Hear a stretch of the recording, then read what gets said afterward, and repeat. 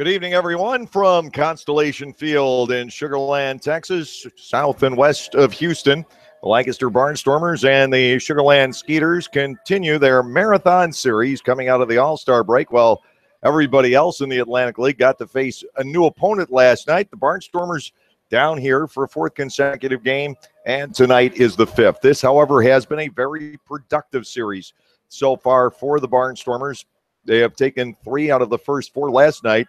A 10-0 ball game, an impressive overall performance by the Barnstormers. They hit the ball well, not always with runners in scoring position, but certainly hit the ball well enough all night long. They had a consistent number of base runners throughout the game and ended up producing 10 runs. And on the mound, Brad Bergeson was stellar for 5 innings last night.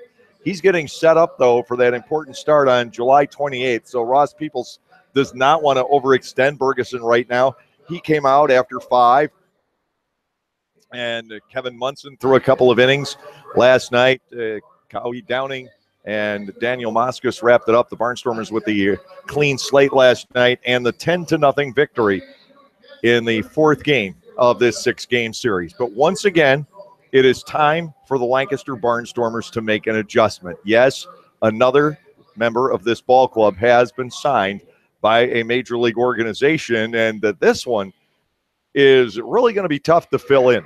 The Barnstormers today excited in one sense, but in another sense, it's that scratch the head, what are we going to do now? Shortstop Vladimir Frias is going to the Arizona Diamondbacks. Vladimir, an all-star, was hitting .277 with 5 home runs, 30 runs batted in, a good season for the Barnstormers in the field. He is an entertaining player to watch, very energetic at that shortstop position, but he is on his way to the Diamondbacks Class AA affiliate in Jackson, Tennessee.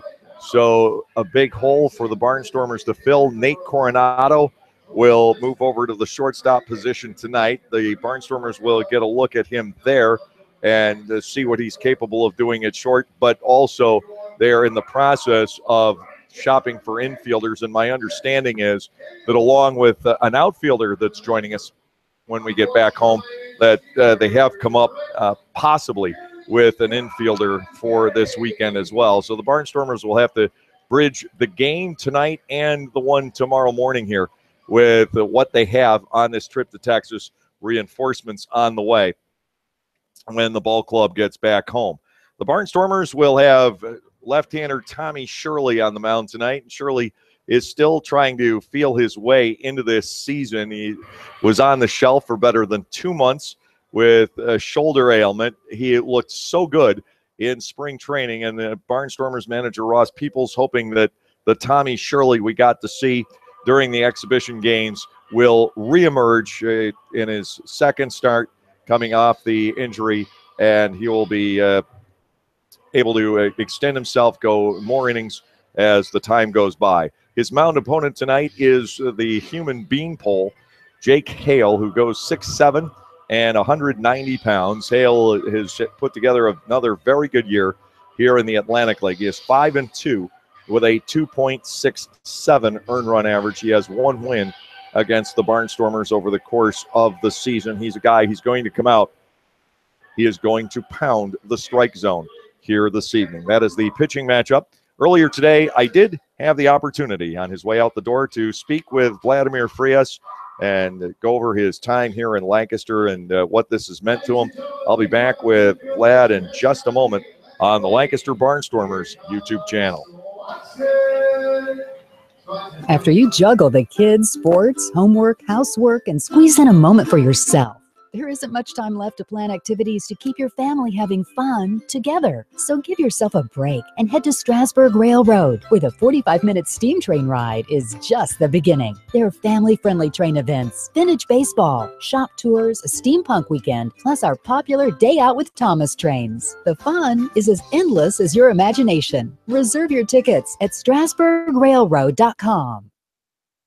With a new manager, but Gockenauers is still here supporting your 2017 Lancaster Barnstormers. Hi, I'm Adam Gockenauer, and I want you to know Gockenauers is committed to serving you and our local community in everything we do. We've been in business for 68 years and are 4 generations strong. Stop in today to see how appliance and grill shopping can be a pleasant experience and save you money at the same time. I'll be back after the Dugout Report to tell you about our special events this season.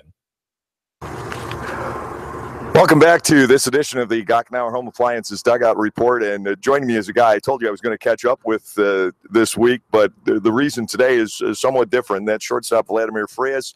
Vladimir got signed by the Arizona Diamondbacks, so congratulations, man. I think it caught you a little bit by surprise today, but great news.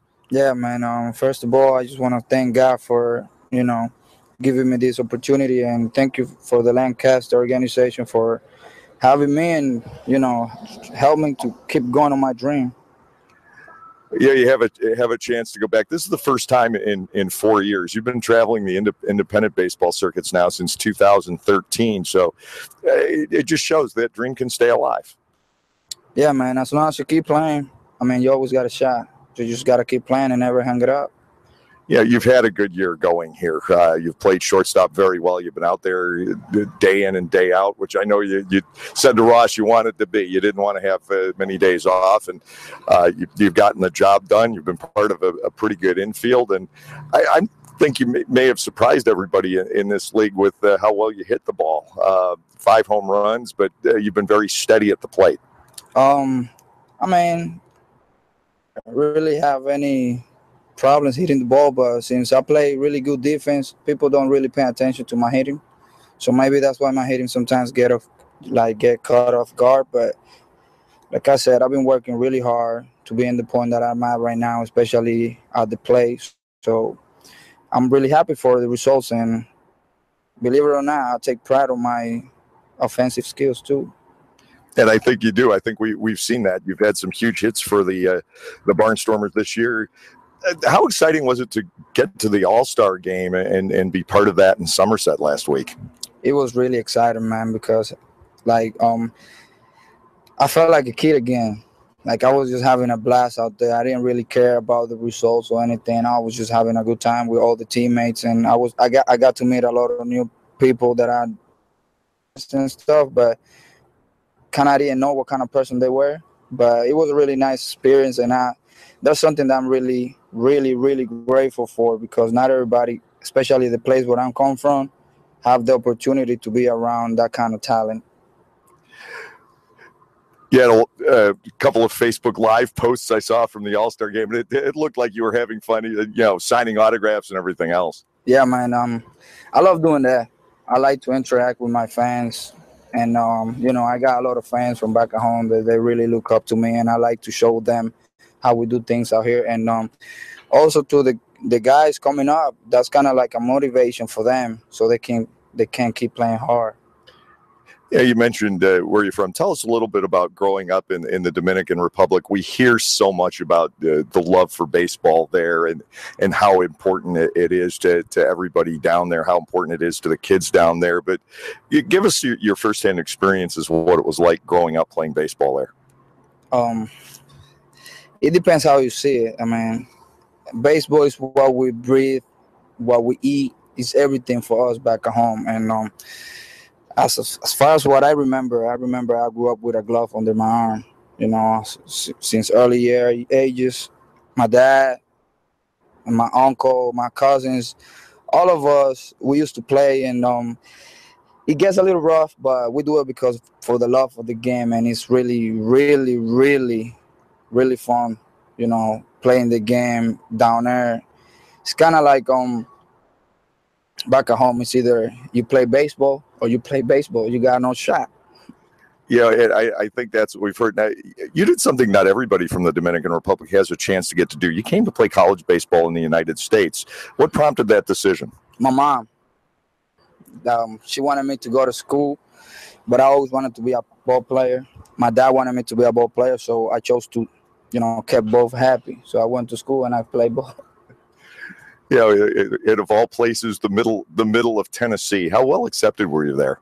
I was, because before I went there, I went to really small junior college in Florida too, which was really country. So it wasn't like really like for me. So even though it was kind of weird at the beginning, a little like, if you want a little rough, I was coming from different background and everything, but for the most part, I kind of get along with everybody. You know, I keep it to myself, and I try and everybody like me.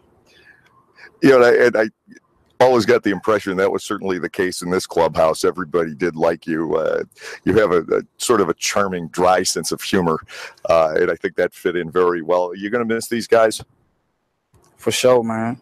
I think that's the hardest part about when you get picked up, when you're a part of a really good locker room, a good clubhouse, a really good group of guys that really get along with each other and look out for each other and stuff. And because I feel like you don't really see that all the time. You don't really get to know people like that, like throughout your career. So I think that's going to be like really going to miss these guys, man, because especially lately in the last few weeks or so, I felt like I really got close to a lot of those guys, man. Like, I felt like I could be myself, and it was all right, you know? So I'm a miss. Well, Vladimir, thanks for all the hard work you've turned in this year, and now you get to reap the benefits of that, and good luck in Jackson, Tennessee. You go back to the Volunteer State and do well, represent us well. I will, man. I'm going to do my best. And once again, I want to thank God first for the opportunity and the Lancaster Barnstormers, man. And I'm really going to miss. And, you know, I gave it my all. And I hope, you know, I keep being successful. Vladimir Frias joining me tonight on the Gockenauer Home Appliances Dugout Report. Nate Coronado will be taking his spot at shortstop for the time being. I'll have those starting lineups in just a moment right here on the Lancaster Barnstormers YouTube channel. Report. Adam Gockenauer from Gockenauer Appliances back with you again to remind you to please stop by our showroom in East Petersburg to see all the best appliance brands on the market today. Brands like GE, Maytag, Whirlpool, Speed Queen, and Fisher & Paykel. We not only can save you money on your purchase, but provide you with our own service, delivery, and installation. Join our family and let us show you how fun appliance shopping can be. Gockenauer's in East Petersburg. And be in the know as soon as it happens. We have a number of social media options for you to stay in touch with everything Stormers. Know what Silo's up to, the latest player moves, game results, schedule changes, and be the first to get in on surprise flash deals. Or simply buy our tickets or ask us questions. So like us on Facebook, follow us on Twitter or Instagram, watch us on YouTube, and be a part of the growing Barnstormers family on social media. Welcome back from Constellation Field. The Lancaster Barnstormers visiting the Sugar Land Skeeters. This is the final night game in this series. We'll be back at 11:05 Central, 12:05 Eastern tomorrow to wrap up this series. We'll go back around to the start of the rotations. It will be Brett Marshall going for Sugar Land, the Barnstormers, with Brian Evans on the hill tomorrow morning. Here are the lineups as they're set this evening. For the Barnstormers, it will be Rico Noel leading off at second base. The center fielder is batting number 2. That is Trayvon Robinson. Josh Bell will be the designated hitter batting third. The cleanup hitter, Sean Halton. Cole Garner is in right field batting 5th. Garrett Weber back over to third base. He will hit 6th. The left fielder in the number 7 slot is Lastings Millage. So we'll be doing the catching and batting 8th. And Nate Coronado gets the start at shortstop in the number 9 slot. Left-hander Tommy Shirley, the 6'5" southpaw from the Pittsburgh area, 0-1 on the season. He is making his 3rd start as a member of the Barnstormers. Here's the lineup he'll be facing. Joe Benson will be leading off and playing right field. The second baseman batting number 2 is Josh Prince. Kevin Ahrens is at shortstop hitting 3rd. The cleanup batter is the first baseman Travis Scott. Anthony Giansanti is in center field. He is batting 5th. The third baseman batting number 6 is Brian Pounds. Cole Gillespie is it native hitter tonight. He's batting 7th. Albert Cordero doing the catching. He is in the number 8 slot. Derek Miller is the left fielder for the Skeeters this evening, batting number 9. Jake Hale on the mound. He is about as thin as you can possibly have at 6'7" and 190 pounds, but a very, very fine pitcher here in the Atlantic League. And with the Skeeters this year, 5-2 with a 2.67 earned run average. Ryan Moorhead will be calling balls and strikes. Reggie Liggins has first. Ken Langford is the third base umpire here this evening. The Barnstormers and the Skeeters, game 5 out of 6. Coming your way next here on the Lancaster Barnstormers YouTube channel. Hey, Jane, check it out. 2 brand new Fast Play games from the Pennsylvania Lottery. Yeah, you just pick your game, get your ticket, and see if you've won. And with Payday, you could win progressive top prizes instantly. Instantly? That's fast. Not faster than me drinking this frozen slush. You okay? Ouch. Headache. Oh. Fast Play. Play fast, win instantly. The Pennsylvania Lottery. Players must be 18 or older. Please play responsibly. Benefits older Pennsylvanians every day. To appreciate a great deal. The Barnyard Bunch is back and better than ever. Members get field box tickets for 6 home games presented by Penn State Hershey, plus 6 free passes to B.R. Kreider Kids Park, 2 free Isaac's Kids Meals, World 4D Experience, 2 passes to Hands-On House, an exclusive Barnyard Bunch t-shirt, and plenty more in a summer of fun at Clipper Magazine Stadium. All for just $25. Sign up at the stadium or go to LancasterBarnstormers.com/barnyardbunch, and we'll see you at the ballpark.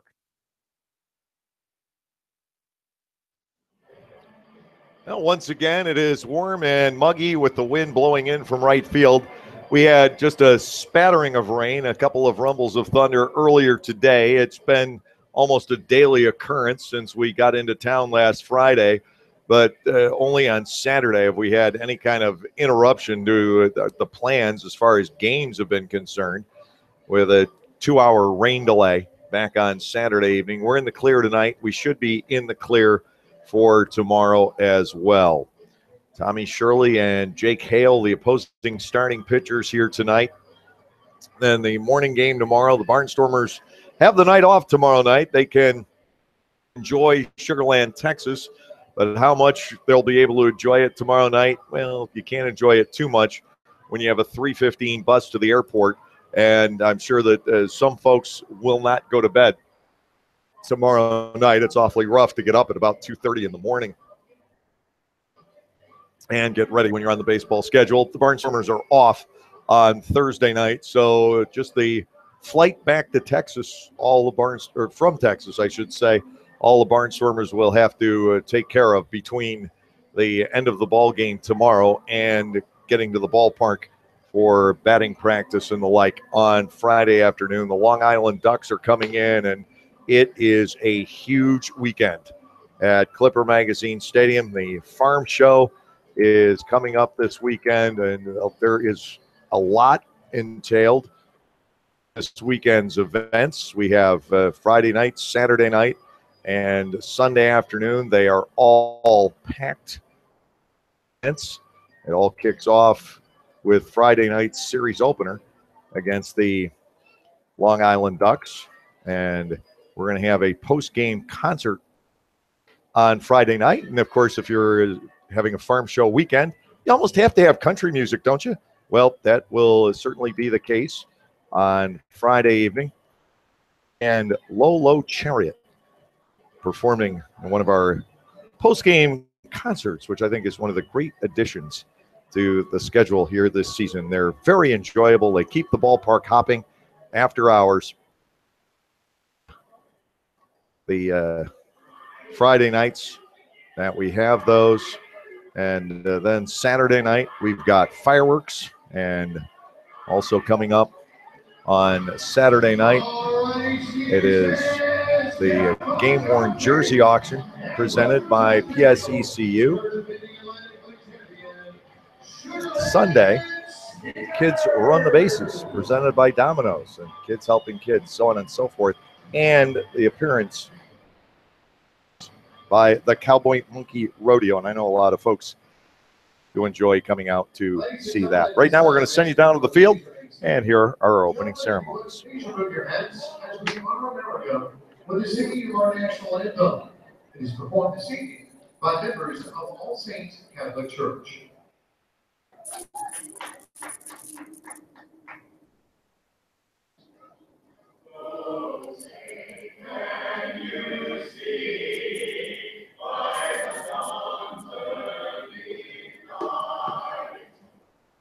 So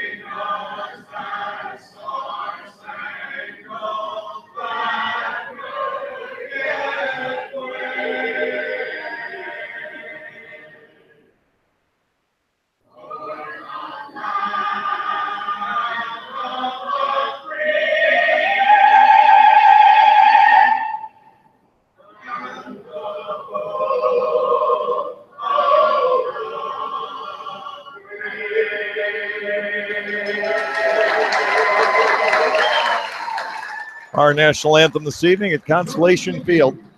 Stormers and the Sugarland Skeeters continue this lengthy series.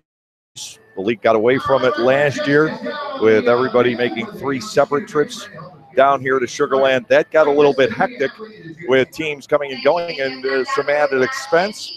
This time around, it's back to 2 visits down here. The Barnstormers were here for a 4-game set back in May and 6 games here tonight. On the hill is 6'7" right-hander Jake Hale. He is from Athens, Ohio, originally home of Ohio University. Hale is currently 31 years of age and now lives in San Diego, California. He's been around this league for quite some time. He has been with Camden and Southern Maryland, 3-time Atlantic League All-Star, including this year with the Sugarland Skeeters. He has been a very good right-handed starting pitcher along his time in this league. This season, in 13 starts, he's gone 80 2/3 innings, which is a testament to his durability. He's allowed 79 hits, 24 earned runs. Hale has walked 18, and he has struck out 43, 5-2, with a 2.67 earned run average. Jake Hale backed up defensively by Brian Pounds at third, the shortstop Kevin Ahrens, Josh Prince at second, and Travis Scott over at first. The outfield has Derek Miller in left, Anthony Giansani making a return to center field, and Joe Benson is stationed in right. Albert Cordero is doing the catching for the Skeeters here this evening with Hale on the mound. It's not difficult to recognize Jake Hale. I had never met him before. And then last night, as I was leaving the ballpark, he had come up to the concourse for some reason. I don't know if he needed to use an ATM or whatever. And I walked back downstairs with him, and I knew exactly who it was. First pitch is low to Rico Noel. Rico steps in, batting .259. He has 1 home run, and he has knocked in 15 on the season. The corners are playing up. The motion by Hale and the offering rolled foul over toward the first base dugout. Noel batting at a ball and a strike, and that apparently still intact. It didn't sound terribly good on contact, but it's all right. Hale back to work at 1-1. Noel swings and hits a bullet right at the third baseman Pounds, who was playing up 1 away. Second time Noel has lined out the third base in the series. He's also had leadoff doubles in a couple of games in this week. Noel retired 1 away. Brings on center fielder Trayvon Robinson. Trayvon is batting .269 with 5 home runs and 21 runs driven in. Switch hitter, he'll be in from the left side of the plate. He knocked in a run early last night, but they cooled him off somewhat. He'd been 11 out of 16 his previous 4 ball games. First pitch from Hale is a bit outside. Ball 1-0. Robinson currently with a 5-game hitting streak.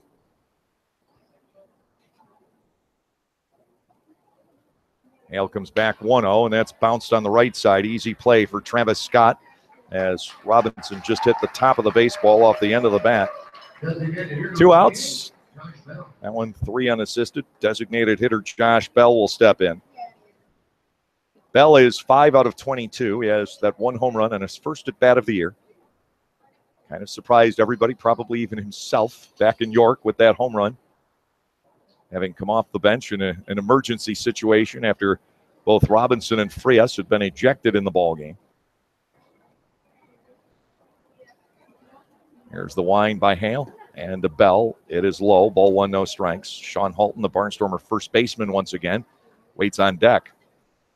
Only Tyler Clark available off the bench for the Barnstormers here tonight.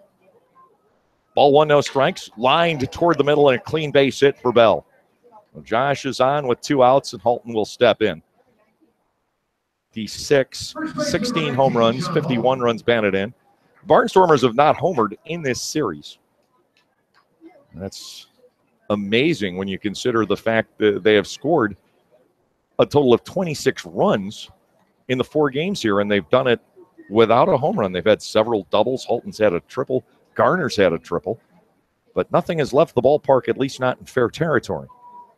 Halton stepping in. Cole Garner waiting on deck. Bell with the lead off first. They don't really need to concern themselves with Bell. First pitch strike to Halton. It is 0-1. Sean with 3 hits last night. He hasn't driven in a run in this series, but he's had a ton of base hits. I understand, ma'am. It says it's number 4. Okay, so here's the set. The 0-1 offering is outside and low. Ball 1, strike 1. The count on Halton. Apparently a little bit of a disagreement going on just below the booth here. So we'll pot that down. You don't need to be listening to that for the moment. 1 ball, 1 strike. And Halton with a swing and a miss against Hale. The count is 1-2. Hale will be around the strike zone consistently. 18 walks, 43 strikeouts. Thirds innings coming in. Most of the time, the ball will be in play. 1 ball, 2 strikes. Bell, huge lead off first. And he's going to take off. The pitch is outside. The throw down. Oh, my gosh. Josh Bell steals a base.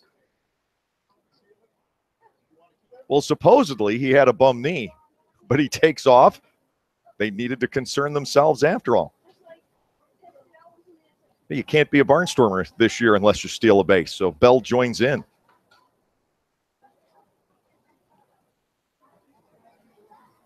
Cole Garner still to jump in on that action. Now to Halton, little pop fly, shallow right field, racing back on it is Prince. He will lunge and he will make a wonderful catch. He's done it again.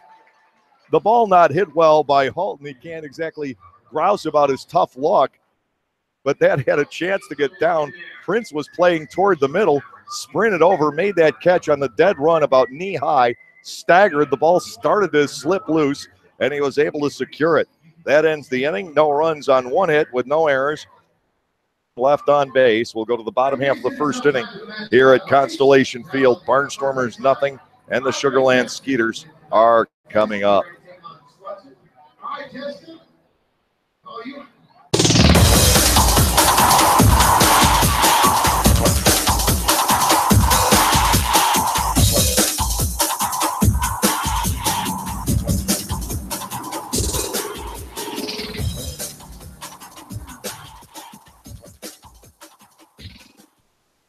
Localflavor.com, local flavor, localflavor.com, local flavor. Excuse me, are you saying localflavor.com? Oh, yeah, it's where I save big bucks on all kinds of things. Home improvement projects, dining out, family fun, electronics, jewelry, clothing. I even bought my wife a fancy spa package for half price. Half price?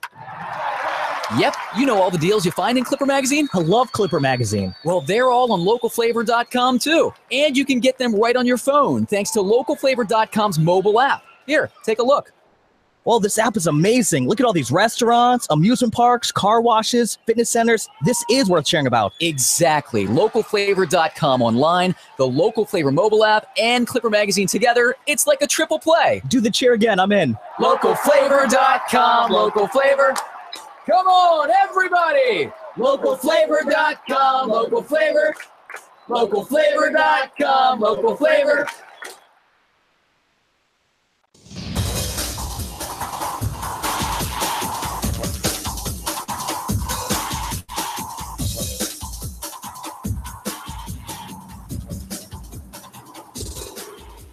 For the Barnstormers here this evening, the starter is left-hander Tommy Shirley. He is from North Huntington, Pennsylvania.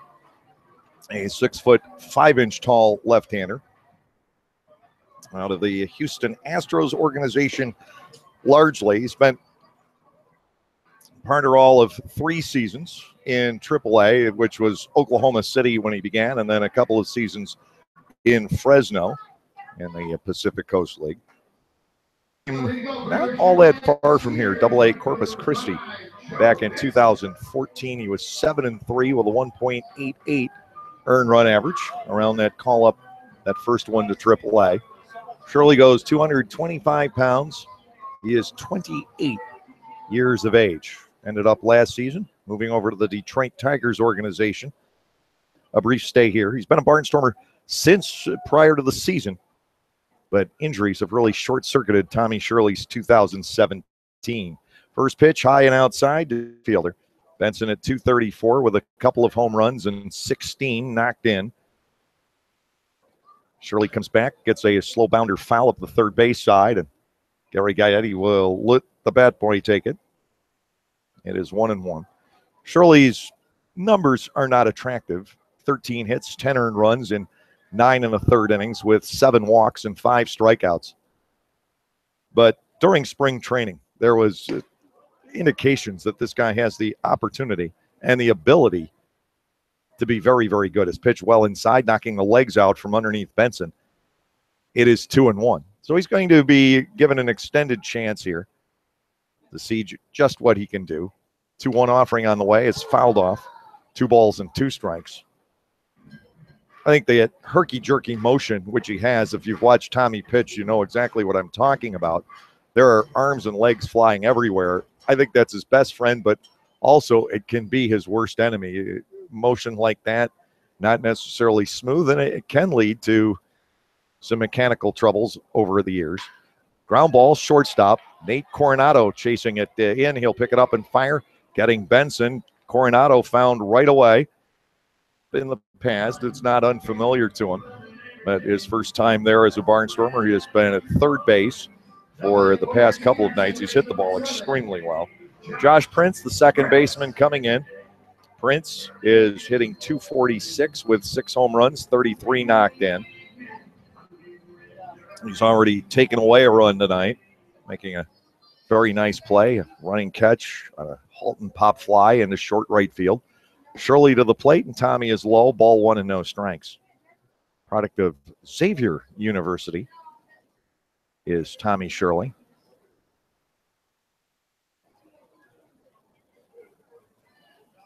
Next offering is delivered a little bit high, a little bit inside. 2-0. Josh Prince. We've seen Prince play a number of different positions over the years, but to me, he is at his best at second base. More comfortable there than at shortstop. Called strike, it's 2-1. But all in all, Prince is a very, very solid ball player. Does a lot of things well. 2 balls, 1 strike. Getting the signals from Anderson De La Rosa. That's strike 2 at the knees. It is 2-2. The first indication that there is something different about Tommy's mechanics is how violently he throws his arms back over his head into the windup. 2-2 now on the way. He's got a big leg kick. And the pitch, ground ball again to the shortstop. Handled by Coronado. Strong throw across the diamond. That's what you want to see. 2 outs. And Kevin Aarons, the shortstop, will step in. Ross will have to decide if Coronado can be the long-term solution at the shortstop position. For now, it's his until Lancaster can locate another infielder. But 2 ground balls, 2 outs here for Tommy Shirley in the bottom of the inning. Kevin Aarons, the batter. Aarons at 274 with 7 home runs, 41 runs batted in. It's been all about the doubles for Aarons in this series. The delivery is a ball outside from Shirley, 1-0. This is a nice start for Tommy. If you're Ross, you have to like what you've seen on these first 2 batters. 1 ball and nothing. And he is low and inside, ball 2 on Aarons. He has, however, fallen behind a couple of batters. That's not so great. The Barnstormers, I'm sure, would like to see 5 out of Tommy tonight. If they get a strong 5, that will be a bonus. Big swing and a miss for Kevin Aarons. 2-1. Aarons a Barnstormer for a season plus and settled in here to Sugarland. Very happy down here. 2 balls, 1 strike. Shirley's pitch is away, 3-1. Like Butch Hobson, Ross Peoples, Gary Gaetti has been able to find, as Butch would have said, quality gentlemen to fill out his rosters over the years. 3-1, a foul ball off to the right, out of play. Filling things out at 3-2. Travis Scott, the first baseman, waits on deck. And I don't know necessarily one guy from the next, with a few exceptions on the Sugarland Ball Club, but they all seem really friendly. They all say hello when you walk on by. Bouncer, that's toward the mound. Shirley off to the third base side, fires a strike to Sean Halton. They get Aarons. Shirley didn't know where that ball was hit because he does tend to also fall off the mound fairly violently, and picked it up along the third base side, and a beautiful throw over to Halton. It's a 1-2-3 inning, all on ground balls here in the first. Nice start for Shirley to his ball game, and at the end of one, there is no score.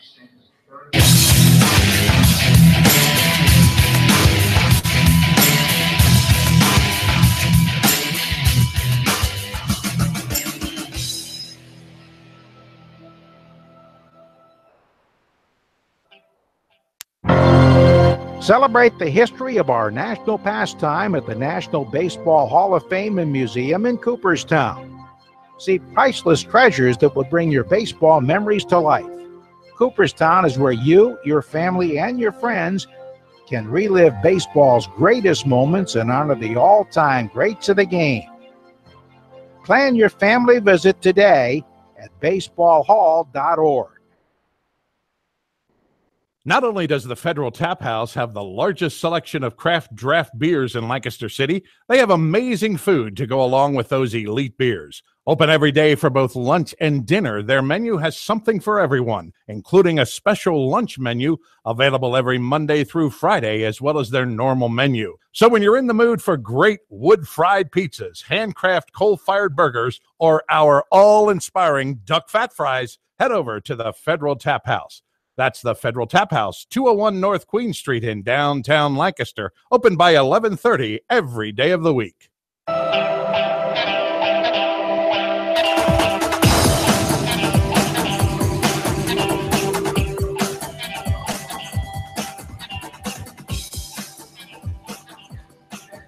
Scoreless as we go into the second inning. Cole Garner will lead off for the Barnstormers. Any thoughts that Garner might struggle here long term after not inactivity, but not a lot of game action over in Japan? Well, they got quickly put away last night. 3 hits, including 2 for extra bases. He drove in 4 runs in his 4th game back. So now Cole is 4 for 18 with a double, a triple, 4 runs batted in. And he barely missed a home run last night. He hooked one foul past the pole down the left field line. Hale to the plate, and he fires a strike at the knees. 0-1. You better get used to that. Stormer in the lineup tonight. Hale will pepper the strike zone. Here comes the 0-1. This one low. Frank.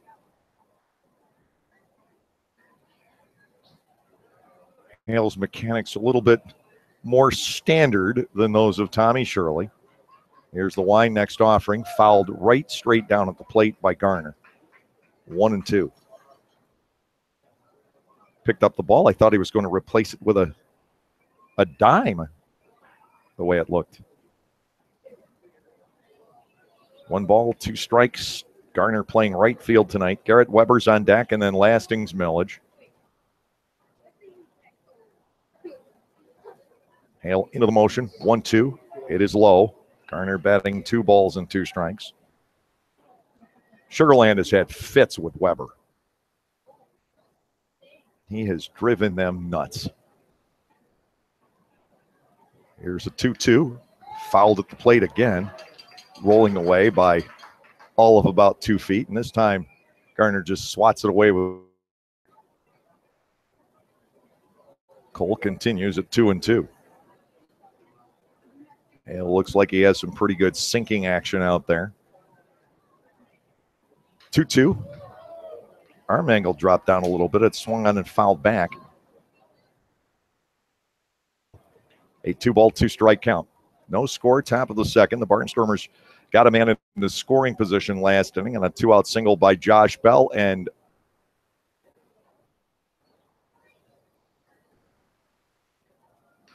Garner, another weakly hit foul just off to the third base side. but he has forced this at bat to pitch number 8.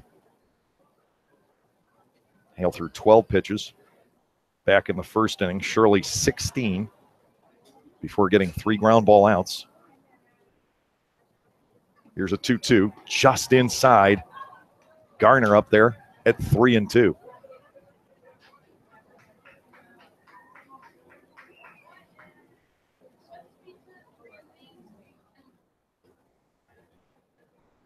Defense is straight away against Cole. Double to left, triple to right last night. And a 3-2 offering. Popped up foul, carrying out a play.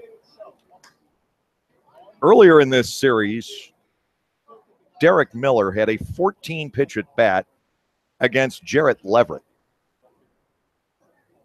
That was Saturday evening here. It was in the 5th inning. Garner takes this at bat to pitch number 10. And a 3-2 ground ball up the third base side and foul. Pitch number 11 en route.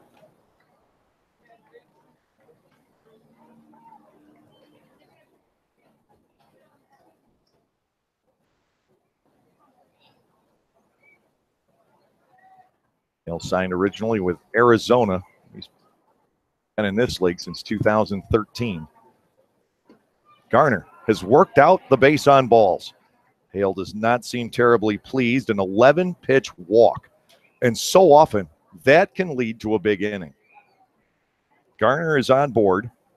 First walk given up by Hale, and he doesn't issue many. He averages right around 2 per 9 innings. Weber will check in.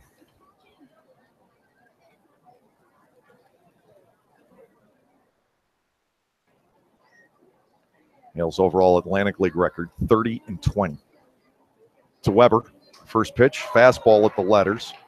It is 0-1. Garrett, 305 for the year with 11 home runs, 35 runs banded in. That he has hit 483 against Sugar Land, and in this series, he's drawn several walks. Garner leading off first. Next pitch to Weber, cut on and missed. Well, Hale has him at 0-2. Lastings Millage, the left fielder, waits on deck. Trying to advance a leadoff runner here in the 2nd inning. Brad Bergeson currently coaching over at first base. Ross Peoples at 3rd. Scott Patterson's been coaching some third base in this series with Bell in the lineup. Throw to first, and again, Garner is back in. Weber trailing in the count, no balls and 2 strikes. He has reached base in 10 out of 14 plate appearances in this series. And one of the times he did not was a sacrifice fly. 0-2. And to Weber off the outside corner, though not by much, ball 1. And twice, Weber has given the Barnstormers the lead. Friday night in the 9th inning, last night in the 1st inning. Walk.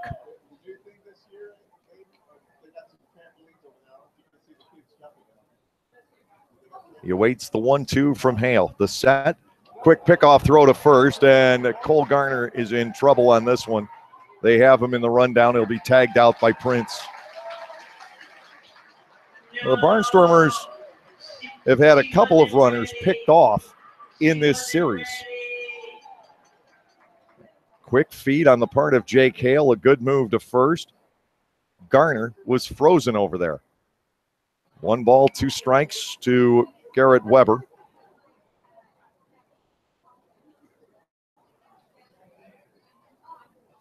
Center fielder Giansani has moved over a bit toward right center. He's got to shield his eyes. Tough sun field in center here. And to Weber now, swinging a foul. Here we go again. Center and left are still bathed in sunlight here at Constellation Field. The infield completely in shadows, and right field is for the most part. On the way, the 1-2, and again, just off the outside corner. Hale seems a little bit dismayed that the plate umpire, Ryan Moorhead, is not giving him. Weber sticks around at 2-2. 1 out, nobody on here in the 2nd inning. And the pitch, he doesn't get this one either. It's ball 3. The count fills to Weber, and it's turning into a long inning for Hale, who's not necessarily accustomed to long innings. He's ready to go. The payoff is on the way to Weber. Fouled out of play to the right. And it is still 3-2. He did get the high strike on the first pitch. A couple of times now has thought he might get the benefit of the doubt on the outside corner and has not received it. 3-2 once again to Weber. Here's the motion. And the payoff pitch swung on and missed. That was a breaking ball. First strikeout for Hale. And Lastings Millage will come to the plate. Lastings at .298 with 29 runs banded in. 6 of those ribbies have come in the current series. He had the biggest hit of the ball game both Friday and Saturday. A 2-run single to tie the game in the 7th here on Friday night. And a 2-run double pounded over Cole Gillespie's head in center in the 2nd inning. It really built the lead on Saturday. He's going to show bunt and take a pitch outside and low. Ball 1, no strikes. Trying to measure exactly what Hale has. Barnstormers seeing Hale for the 2nd time this year. He picked up a win earlier in the season, giving up 8 hits and 3 runs in 7 innings.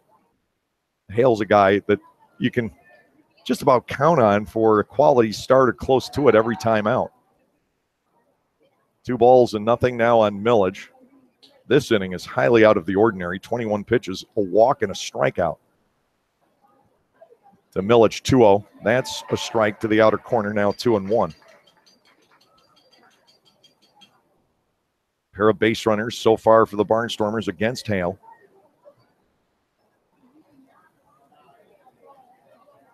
Here's the motion to Millage, outside and low, 3 balls and a strike, and the entire time Hale was out of kilter on that pitch. He fell off to the first base side, something he does not typically do.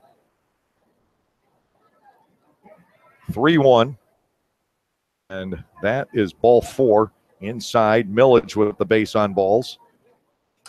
Second issued by Hale in this 2nd inning. Anderson De La Rosa will come to the plate. De La Rosa batting .261 with 3 homers, 26 runs banded in. 4 hits the first 2 games of this series, and then 0 for 5 here last night. He had chance after chance after chance to drive in runs last night, and it just didn't happen for him. But the Barnstormers didn't need those runs, winning 10-0.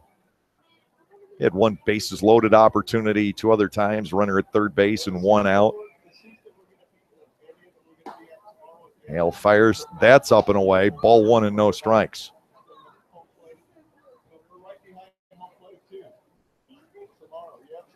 Millage has 10 stolen bases. He's been caught twice. Stolen, and Garner has been caught so far tonight. De La Rosa batting 1-0. Smash on the right side, knocked down by Scott.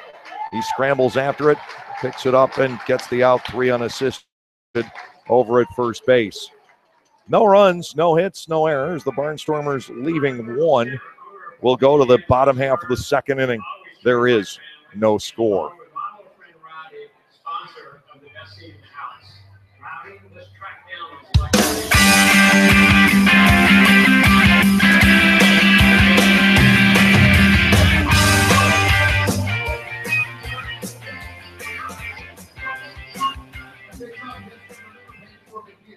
Enjoy great ballpark food at discount prices. The Lancaster Barnstormers offer numerous chances to enjoy your favorite ballpark foods this summer. On Sundays, Burke's hot dogs are only $1 all game long. Hess's Barbecue brings back the all-you-can-eat pig roast on Mondays and all-you-can-eat chicken and ribs on Tuesdays. Tuesdays are also Fill Your Tummy nights at the stadium, where for only $10, you can stuff yourselves with popcorn, hot dogs, fries, nachos, and soda. Upstairs, we have Pat's Pizza and Pinball Mondays and Fat Pig's Wing Wednesdays, where you can pair food and beer with a Barnstormers game. Barnstormers baseball, make a night of it. Silicon, microprocessors, and thousands of lines of code. Raw elements transformed into innovation by Lexus. For a limited time, experience advanced safety technology for yourself at the Lexus Golden Opportunity Sales Event. But hurry, These offers won't last. Now through September 5th. See Bobby Rahal Lexus in Mechanicsburg.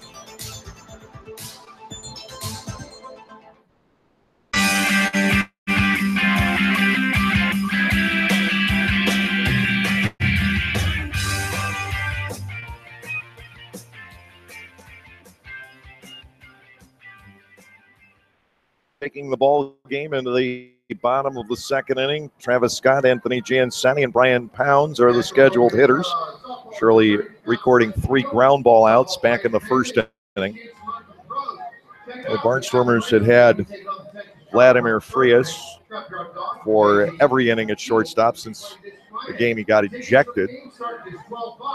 And every start at shortstop every day since early June. These adjustments have to be made. Some clubs more than others. In sheer numbers, the Barnstormers have had far more taken away by major league organizations this year than the Sugar Land Skeeters. But Sugar Land's batting order has been gutted. Losing Jeremy Barfield and Andy Wilkins. They're 3 and 4 hitters pulled out of here. And between that and an absolutely gruesome schedule to endure back in May, and they have not recovered. Travis Scott gets a bunt down. Shirley will pounce on it. He and De La Rosa collide, and Scott surprises everybody with a bunt base hit. I didn't think these first basemen were supposed to be able to play small ball, but we've seen Travis Scott with a bunt single and Josh Bell steal a base tonight. What's going on? Here's Anthony Giansani, the center fielder. 282, 4 home runs, 26 runs batted in. Who knew? Travis Scott laid down the perfect bunt. And I think the reason that he did that, again, is because of Scott's silent follow-through. He is not necessarily in that ideal Greg Maddux-like position, Jim Cott-like position, depending on your generation. Pull the ball, hit back to him. First pitch is low. Ball 1 on Giansani. It is 1-0. Well, if Scott tries to steal a base here, we'll know the night's topsy-turvy. Half of the second inning. Infield set, double play depth. Shirley delivers. That is a strike. And the Giansani, it is now 1-1. Giansani's had a very nice season series against the Barnstormers. 359, couple of home runs. He has driven in 6. He had a tremendous start. For a while, he was up among the league leaders in batting. 1-1, fouled at the plate. Shirley has the edge of the ball and 2 strikes. He had that grisly-looking injury. I think it was the second game we were here the last time. Jeff Coburnis leading off with a blast to right center field as far as we'd seen Coburnis hit a ball in his 2 stints as a Barnstormer. Giansani raced back, tried to make the diving catch on the warning track and tore up his hand. And he was out for a while. Certainly didn't see him the rest of that series. And that was one of the chain of events that led Kevin Ahrens to coming here. Check swing on a pitch in the dirt. He went too far, says Reggie Liggins. Giansani has gone on strikes. That's the first for Shirley. Brian Pounds, the third baseman, will step in. Pounds had a great night here a couple of nights ago with a pair of home runs. 203 on the season for Brian. 7 home runs and 24 knocked in. Like the man on the mound tonight, Jake Hale. Pounds also goes back to the Camden River Sharks days here in the Atlantic League. They have Andrew Johnston as well, a former River Shark. 1 out. Scott, the base runner. Shirley will come to the set. His offering to Pounds is laced into center field. A base hit on to second. Goes Scott. Pounds is on board. It'll bring on the designated hitter Cole Gillespie, who necessarily draw the parallels here, but guess what he did in the second inning against the left-handed pitcher 2 nights ago with runners at first and second and 1 out. Yeah, he hit a 3-run homer. Again, Gillespie at 261, 1 home run, 9 runs batted in. We bring up all the players that Sugar Land has that have been elsewhere in the Atlantic League. But Gillespie's a guy they have brought in here. The same is true with Joe Benson, Cordero, and Derek Miller. Miller in the number 9 slot. He's got the natural tie. His father runs the ball club. But he is a legit player. Got the AA with the Red Sox. Bounce or foul, nothing in one. This isn't Daddy has a new toy. He's a legitimate player. He's done well here. No balls and a strike. Gillespie tonight, the designated hitter.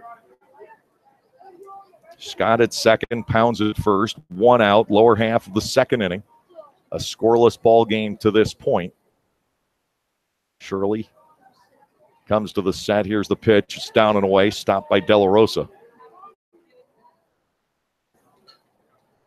Brian Pound's bat has certainly come to life. 4 hits in his last 8 at bats, including those 2 home runs. There's a part of me that thinks that's good to see because Brian's such a great guy, but not at our expense, please. 1 ball, 1 strike. To the plate is Shirley. Breaking ball gets away from De La Rosa, and the runners are going to advance to second and third.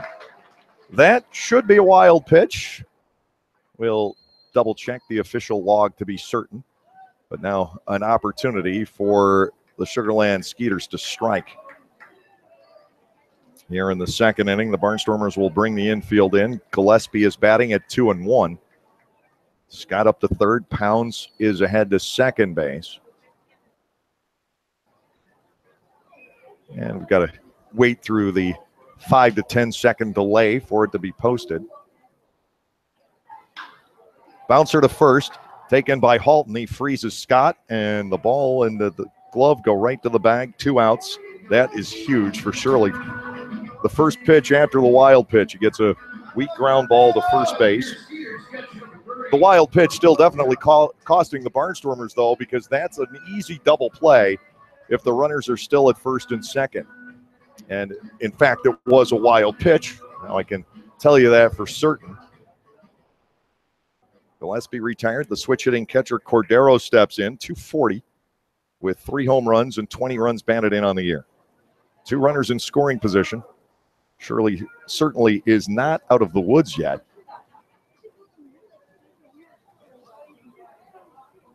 Time is called by the plate umpire, Ryan Moorhead.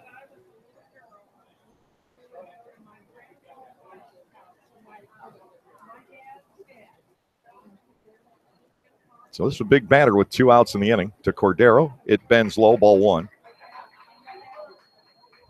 Derek Miller, I mentioned before, his dad Jay is the president of the Sugar Land Skeeters. Waits on deck. First base is open here. Shirley should come after Cordero. Ball 2 is inside and low. It's 2-0. Shirley definitely has interesting mechanics in which everything seems to be in the normal place, but it's just a brief second. But that violent throw of the hands back over the head and then the violent follow through. Chopper on the right side. This is going to be a tricky play. Shirley covering. The throw to him from Halton is there just in the nick of time. 3-1 for the final out. And Tommy Shirley is able to get out of the inning. No runs, 2 hits, no errors. The Skeeters strand a pair. We get to the 3rd inning of baseball tonight, and there is no score.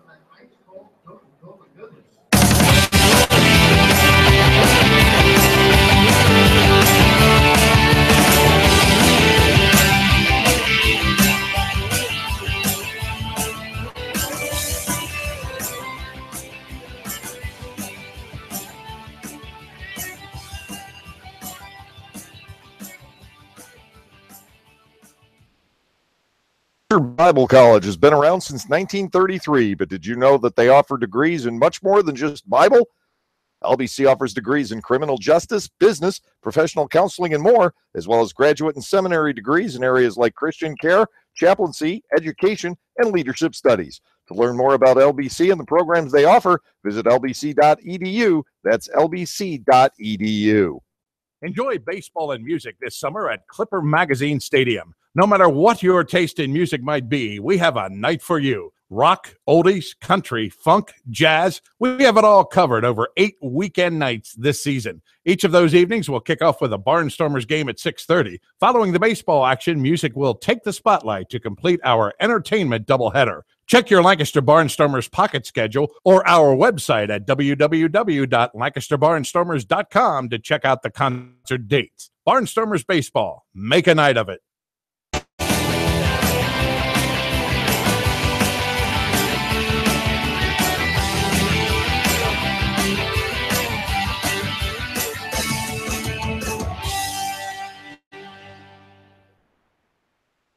Of the third inning, Jake Hale and Tommy Shirley both putting up a pair of zeros so far. Scoreless ball game. The Barnstormers will have Nate the Great leading off. As 2-hit games, each of the first 3 is 6 out of 10 as a Barnstormer with a pair of doubles and 3 runs batted in. He's handled a couple of ground balls flawlessly at shortstop here tonight. He'll be followed by Rico Noel and Trayvon Robinson. We'll see if it's just a flash in the pan or if Coronado can keep this going. He is, in professional baseball terms, a mere youngster. But Darian Sanford, and you look at the way we talked to Lastings Millage about it last night, you look at the way the club just surrounded him and developed him. And I think you're going to see the same thing with Coronado. Here's the first pitch, strike to the outside corner, 0-1. You already have seen Anderson De La Rosa sort of side of Coronado and trying to groom him and get him to fit in. Coronado is a bilingual fellow from the city of Philadelphia. Ball 1 and strike 1 to Nate. Hale into the windup, the pitch, big swing and a miss. Jake Hale is now ahead at 1-2. But they're veteran pitchers out there on the mound as well, lest you forget. 1-2 in the air, right field, hit pretty well. Benson gliding back. He's got to play. He'll make the catch. But you know what? If Nate Coronado can take that swing at home, that's going to translate very well to Clipper Magazine Stadium. And I had asked him about that, is he hasn't given an opportunity to see the ballpark in Lancaster. He was there last week during the All-Star break to get a physical. He has not seen a game there. But a swing like that could fit very nicely. 1 out, Rico Noel steps in. Noel, a blistering line drive right to the third baseman, Pounds.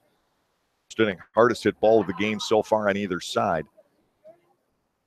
Hale's delivery, big breaking ball swung at and missed. It is 0-1. The Barnstormers are going to have their hands full with Hale, just like they did with Michael Nix back on Sunday.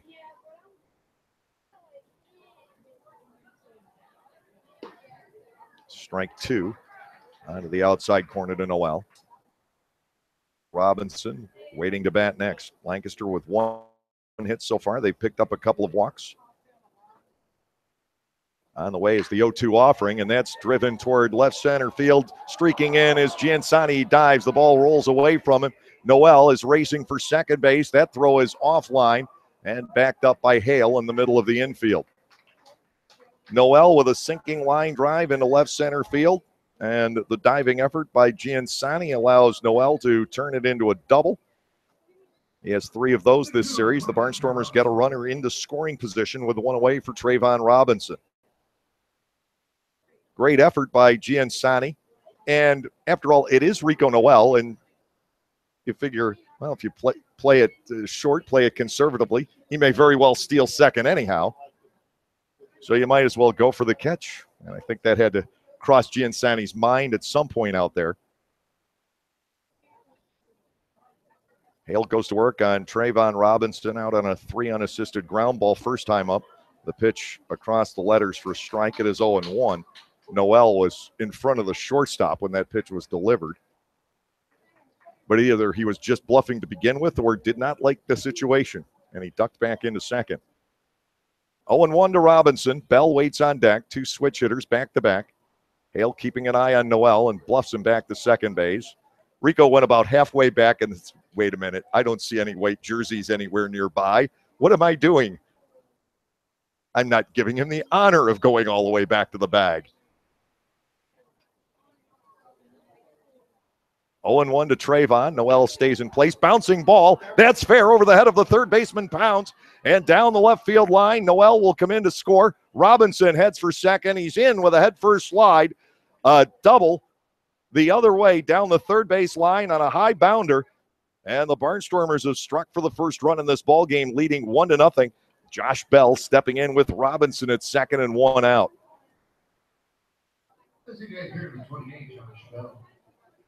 That's a pretty good piece of stick handling, but also to some degree a fortuitous bounce. You have to get that ball to touch down at the right spot. Otherwise, it's an easy ground ball to the third baseman. Robinson able to get the ball the other way and chop it over Pounds' head. Down the left field line, Noel scoring easily. Robinson with his 13th double of the year. Hale goes to work on Bell, and JB squares around to bunt. He offered at it. The pitch was low. It's no balls and a strike. Sean Halton, the first baseman, waiting on deck. Barnstormers have scored the first run once again.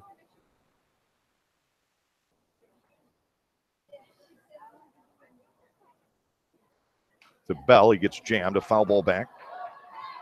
No balls and 2 strikes. Barnstormers have struck first every game in this series. They fell behind Friday, then rallied late to win. And Sunday, they fell behind and fell further behind and further behind.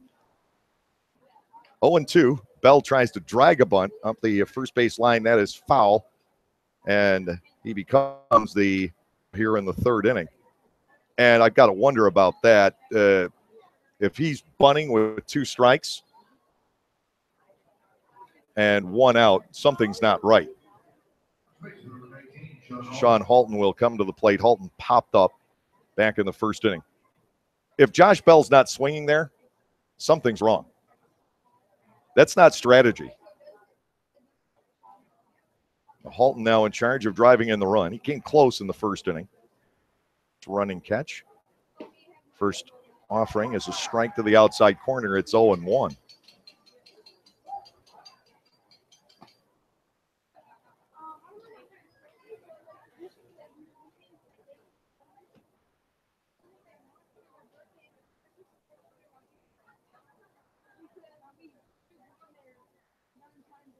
Robinson leading from second. The pitch. Looper out towards shallow center, and that's going to be in for a base hit. Robinson is on his way. Here comes the throw. We're going to have a play at the plate, and the slide kicks the ball loose from the catcher Cordero. Up the second goes Halton, and the Barnstormers lead 2-0. Giansani got off a strong throw right on line, skipping into Cordero, but Robinson with the slide across the plate kicked the ball. And with that, the Barnstormers get the second run home. Halton, an RBI base hit. And it is now 2-0 with Cole Garner stepping in. Stormers in this series have been able to play baseball like this. And at times in the first half, when you had the fully loaded roster, you didn't see it. Now, with the Barnstormers in terms of personnel on the ropes, they're playing great baseball, great fundamental baseball offensively.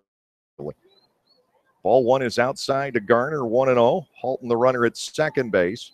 And to Cole, a bouncer to third. This one easily handled by Pounds. They'll fire across the diamond, ending the inning. But the Barnstormers gather in a couple of runs. They do it on 3 hits.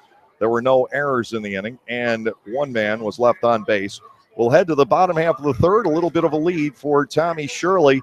It is Lancaster 2 and Sugarland nothing.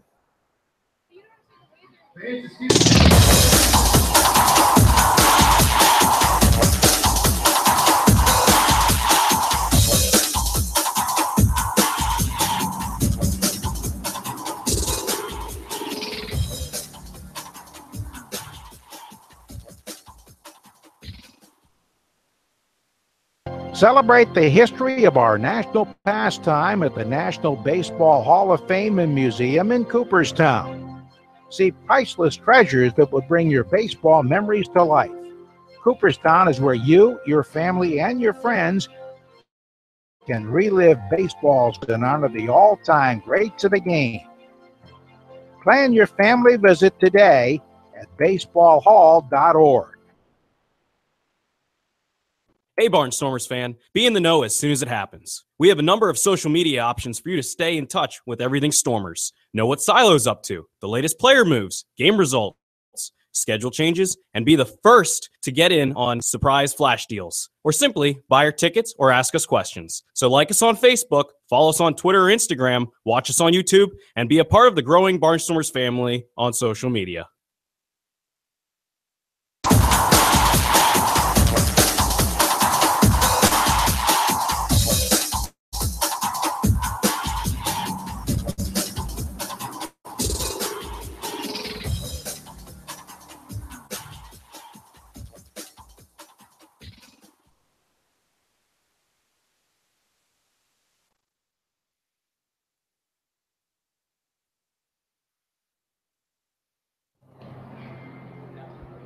Tommy Shirley with a lead. We go into the bottom half of the third inning.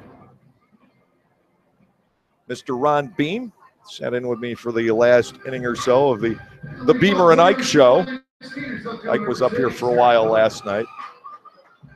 I think the entire organization misses having those two around on an everyday basis.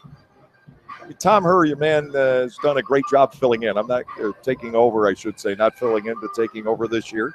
But we do miss the two of you. Now here is the left fielder, Derek Miller. Bottom of the third inning, Tommy Shirley has gotten 5 outs on ground balls so far. First pitch is upstairs for a ball, 1-0. Barnstormers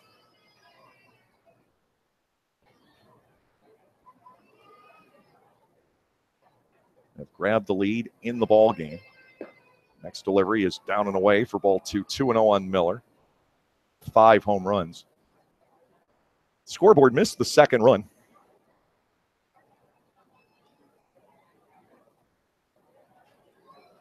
Shirley comes back. He is outside for ball 3. Now, Tommy has not walked the batter as of yet.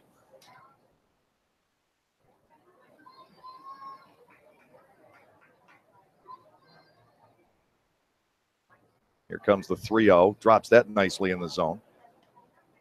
3 balls, 1 strike. 1 strikeout for Shirley to this point, and a couple of base hits. One of those a bunt. He has been charged with a wild pitch. Next delivery is ball 4, a little bit low. Miller aboard with the leadoff base on balls. You're going to be somewhat pinpoint out there tonight. Shirley thought he had that last pitch, and somewhere an empathetic Jake Hale sits in the dugout. Joe Benson will get his second look at Shirley. Benson grounded to the shortstop back in the first inning.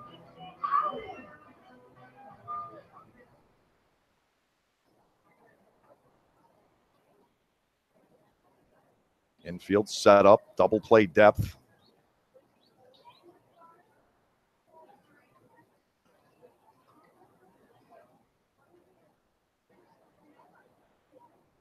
Shirley's pitch is low. Ball 1, no strikes.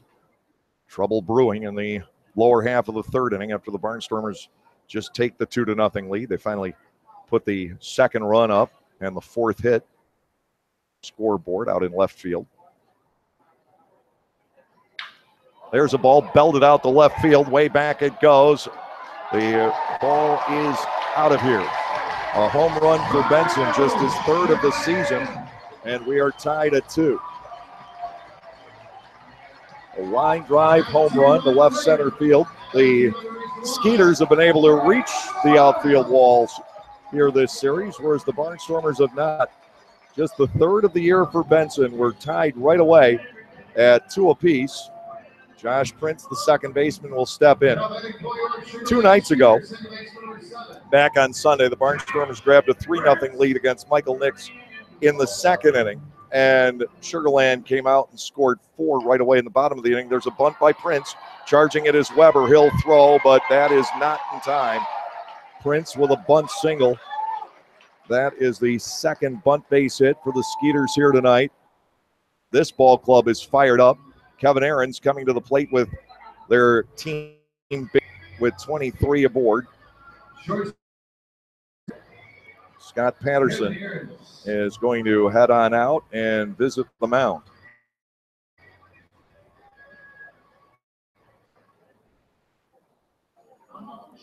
Shirley giving the 2 runs right back. Pounds hit a couple of home runs the other night. Gillespie had the 3-run shot. Benson here this evening.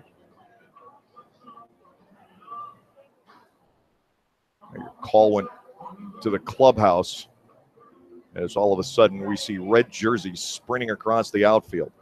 And the Barnstormers may get some action going in the bullpen fairly soon.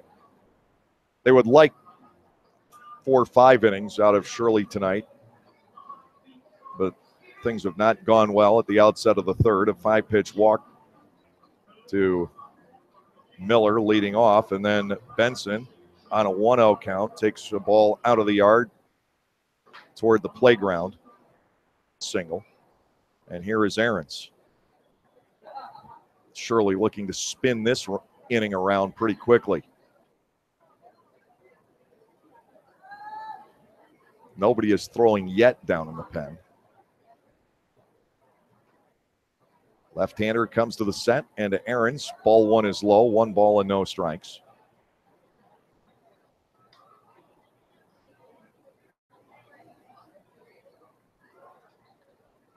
'40th pitch thrown by Tommy here tonight.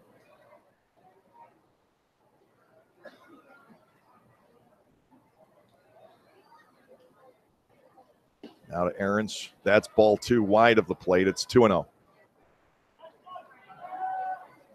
Shirley trying to find some way to get this inning to make a U-turn, but it's been headed in a very negative direction since almost the first pitch. 2 balls and nothing.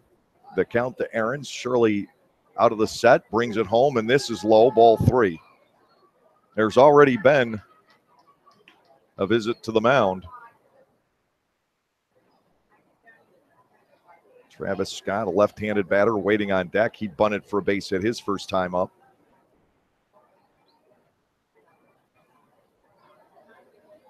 Shirley giving the Barnstormers 2 really strong innings, but the third has been difficult. Ahrens is swinging away at the 3-0. He launches one out to left field. That ball is going to leave as well. Kevin Ahrens, his 8th home run. A pair of 2-run shots here in the third inning, and the Sugarland Skeeters have taken a 4-2 lead. This is a strange team offensively, the Sugarland Ball Club. But when they start swinging the bats, they pile runs on. They had a couple of double-digit games back-to-back recently against Somerset, and we saw it here on Sunday night, a 4 spot in the second, and they never let up, winning 12-3. Travis Scott now stepping in. Walk, home run, bunt, home run. Sugarland now with the 4-2 advantage here in the third inning. Travis Scott digging in. The pitch from Shirley is elevated out the center. Trayvon Robinson a bit to his right there to make the catch. So that's an easy out and perhaps can settle things down here in the third inning. 1 away, Anthony Giansani will step in. Giansani, a strikeout victim on a check swing back in the second inning.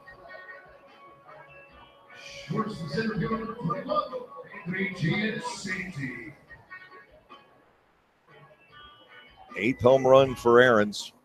Now he's had a big series. He was 3 for 4 with 3 home runs, a couple of doubles. And that route here on Sunday night in the dirt for a ball, 1-0. My days of the week are completely out of whack right now. Ball 2 below the knees. Giansani batting 2-0. So forgive me about that. Night game on Sunday will do it to you.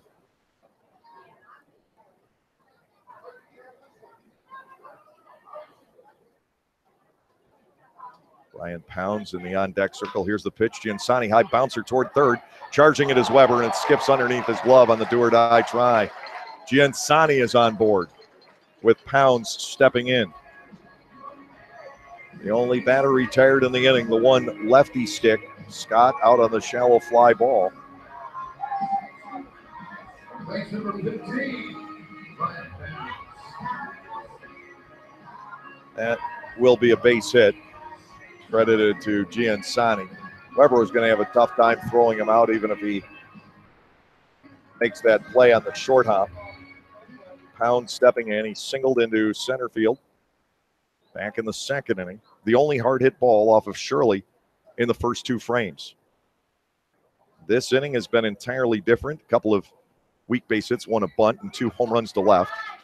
Into the dirt for a ball, 1-0 the count on Pounds. Giansani aboard at first with 1 away.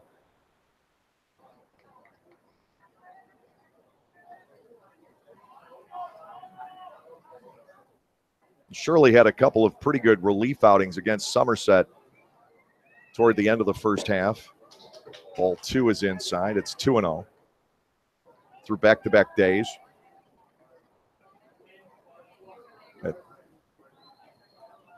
He gave up 4 runs in the second inning in his start against Long Island.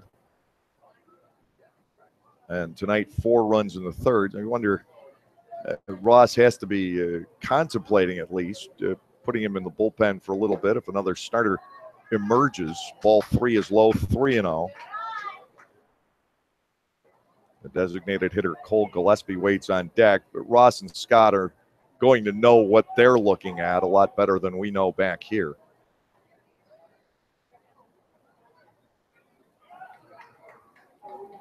To Pounds, ball 4 is low.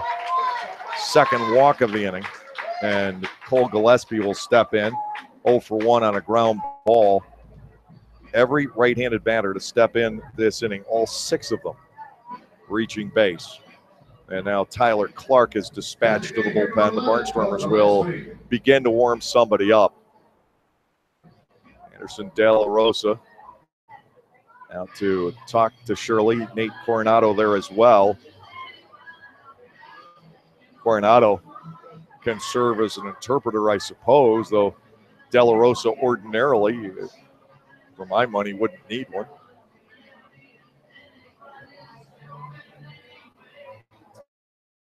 Long-time Major League kind of fourth outfielder, Cole Gillespie, batting with runners at first and second and 1 out. Skeeters have jumped ahead 4-2 in the bottom half of the third inning.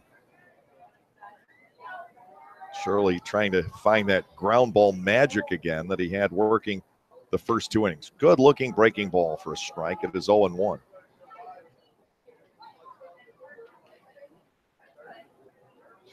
Second pitch.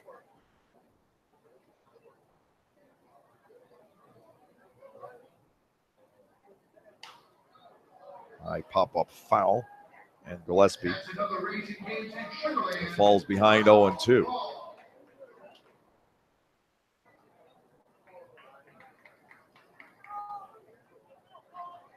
At this point, you're just looking for outs, trying to stop the proverbial bleeding. And the 0-2 fastball is high. De La Rosa looking for a throw, but Pounds diving back in at first base.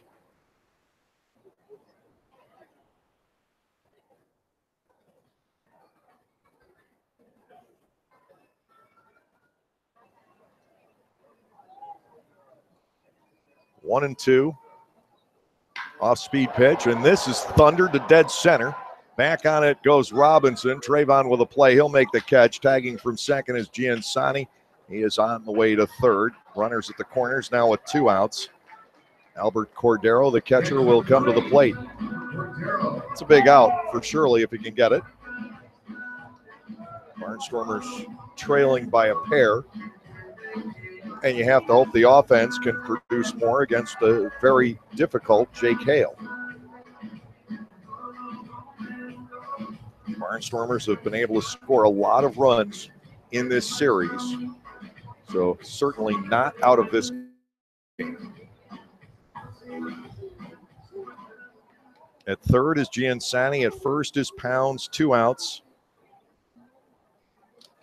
Albert Cordero digging in. He grounded out 3-1. Nicely turned by Halton and Shirley back in the second inning.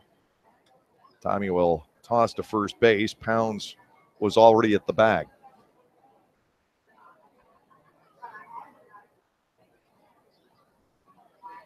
Sugarland with a 4-2 lead, lower half of the third inning.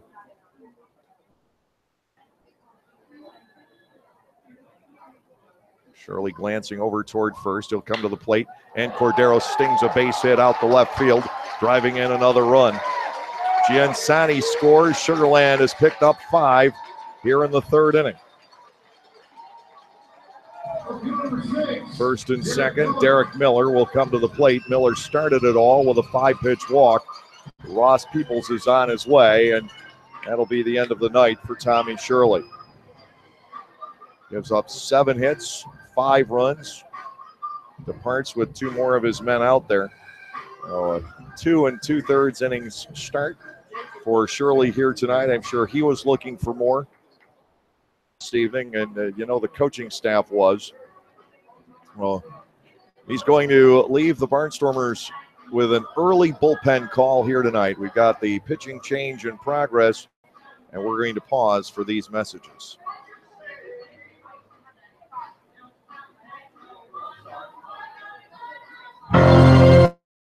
Celebrate the history of our national pastime at the National Baseball Hall of Fame and Museum in Cooperstown. See priceless treasures that will bring your baseball memories to life. Cooperstown is where you, your family, and your friends can relive baseball's greatest moments and honor the all-time greats of the game. Plan your family visit today at baseballhall.org. Silicon, microprocessors, and thousands of lines of code. Raw elements transformed into innovation by Lexus. For a limited time, experience advanced safety technology for yourself at the Lexus Golden Opportunity Sales Event. But hurry, these offers won't last. Now through September 5th. See Bobby Rahal Lexus in Mechanicsburg.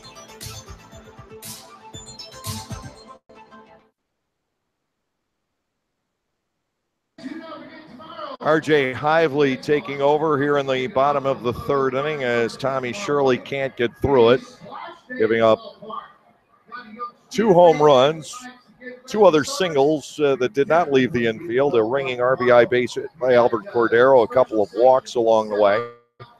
He departs with 2 outs, runners at first and second, and Derek Miller, the 10th man to step in this lower half of the third inning, about the bat, and he'll face RJ. There have been some games in this series. As a matter of fact, the only game that has really been competitive was Friday nights. The Barnstormers down 4-1 going into the 7th, scored 3 runs there and 3 more in the 9th to take the 7-4 decision. Since then, it's been 6-1 Barnstormers with all of Lancaster's runs coming early, then 12-3 Sugarland, back to 10-0 in favor of the Barnstormers last night.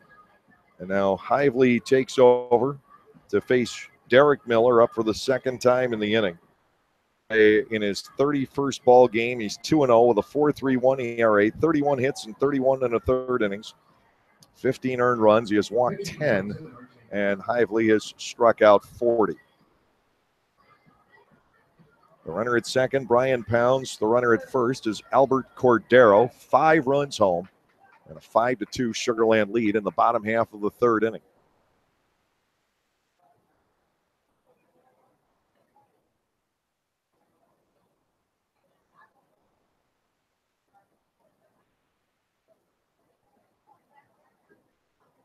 First pitch is up and away, ball 1 on Miller. Lancaster struck for a pair in the top of the inning. Doubles by Noel and Robinson and a single by Halton. Things were looking rosy.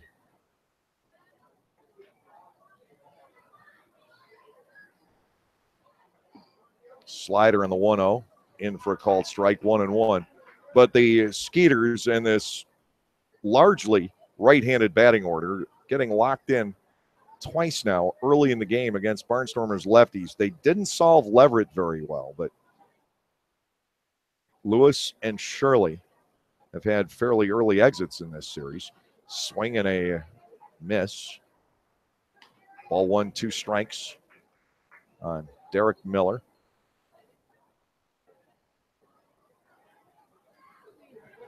Third-year professional is Miller. Pounds off second, Cordero off first. Isley will try to put him away on this pitch. The runners take off. The offering swing and a miss. RJ comes in and strikes out Derek Miller to end it, but it's a 5-run inning on 5 base hits with no errors and 2 men left on. We will go to the 4th inning of baseball here tonight. Sugar Land owns a 5-2 lead.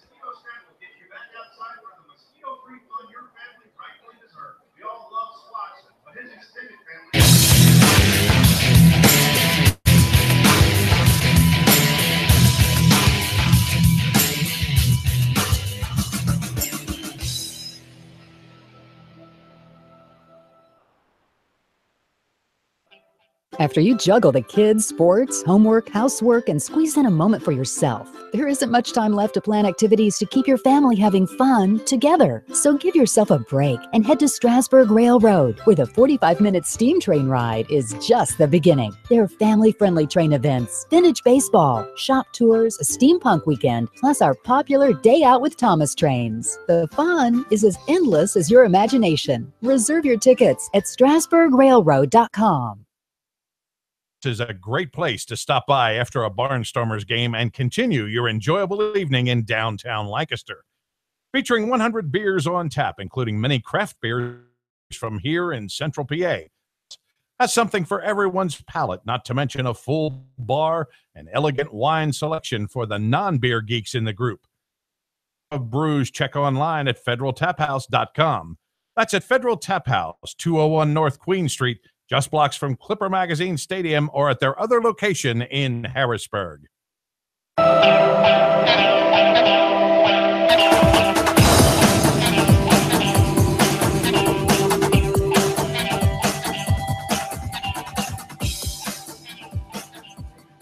5 runs on 7 hits, no errors, 4 left for the Skeeters tonight. 2 runs, 4 hits, no errors. Stranded 3. Garrett Weber leads off inning 4 against Jake Hale. Weber, a strikeout victim, back in the 2nd inning, 1 of 2 for Hale so far tonight. It's been unusual to see for Weber against Sugar Land. He has been deadly to the Skeeters. And De La Rosa will follow. Barnstormers getting some reinforcements. It's tough when you have guys signed or hurt when you're down here, because then you have to fly them in here, and you don't have tickets for them on the flight to the high pop fly out to right field. Can be a tough time of night, but Benson spots it, and he makes the catch. Weber's retired on 1 pitch, 1 away. Lasting's Millage will come to the plate.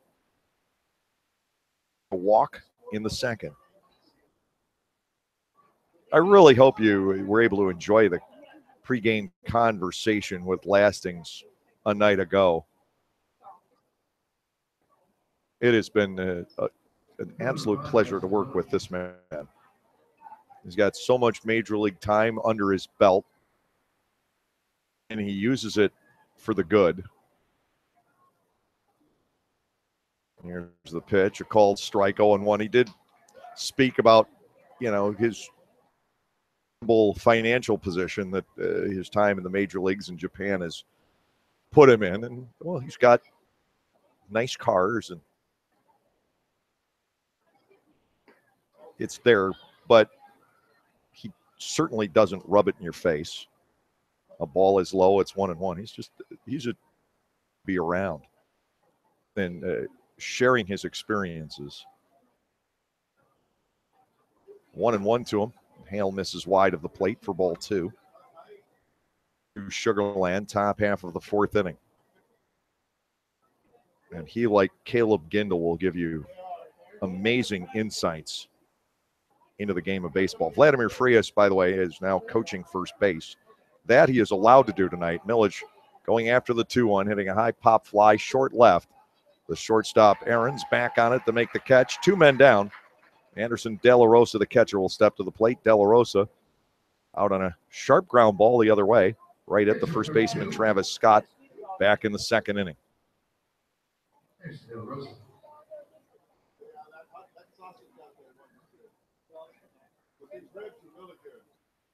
Another cool day in July.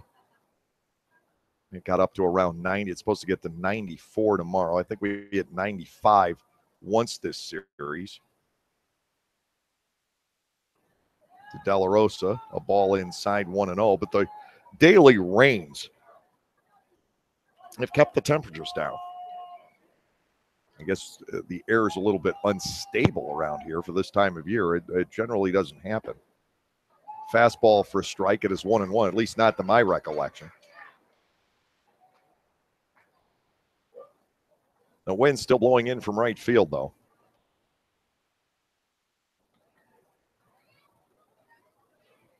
Hale's delivery, spanked fair past the diving third baseman Pounds, rolling into the corner. De La Rosa hustling for second. He's going to be in with his 18th double of the year. The Barnstormers with a 2-out runner in scoring position. That is their off of Hale on the night. Nate Coronado will try to drive in the run. Coronado fly to deep right back in the third inning. 6 out of 11 now is Coronado. Well, if he's going to get 2 hits again tonight, this would be a great time for one of them.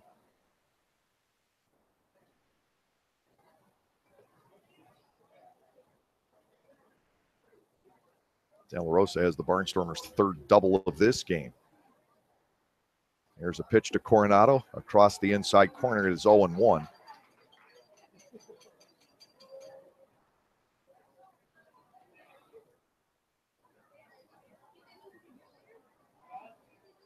Rico Noel in the on-deck circle. He's hit the ball well both times tonight. Hale brings it home. Coronado, a little looper out toward right field, going deeper than I thought it would, and Benson is there to make the catch. Second straight, fly out to right for Coronado. No runs on 1 hit, no errors, and the Barnstormers leave 1 for the 4th consecutive inning. We're through 3.5 tonight. Sugar Land owns a 5-2 lead.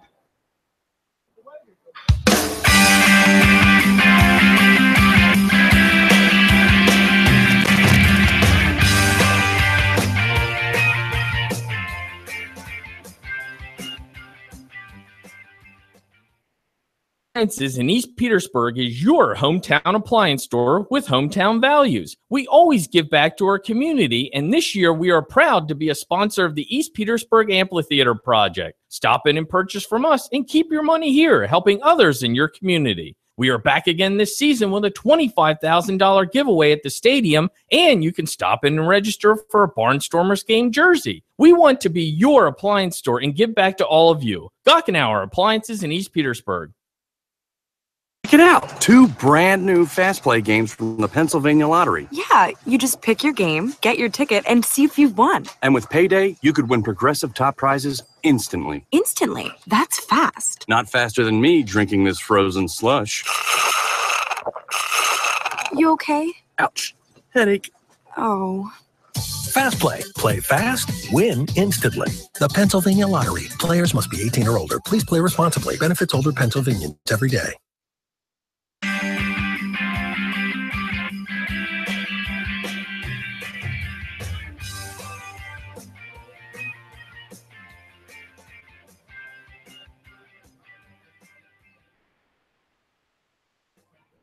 RJ Hively facing the top of the order in the Sugar Land half of the 4th inning. Skeeters exploded in the 3rd. Their second 2-home run inning of the series. Joe Benson hit the first of them, and he's the man leading off in the 4th. Josh Bell had been warming up Hively. De La Rosa ended the inning with players on base with himself. Derek Miller's birthday. So they celebrate that here in the crowd. Derek Miller, the left fielder for the Sugarland Skeeters, who batted twice in that 5-run third inning. He started off with a walk and ended it with a strikeout.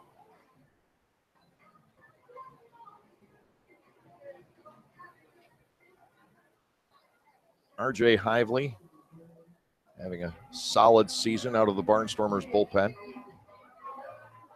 Leading off for your Sugarland Skeeters, right fielder number 5, Joe Benson. There is pitching help available to the Barnstormers in the near future. Anybody else gets signed, which I would anticipate almost any day out of this bullpen. Ball is inside and low. 1-0 on Benson here in the fourth inning.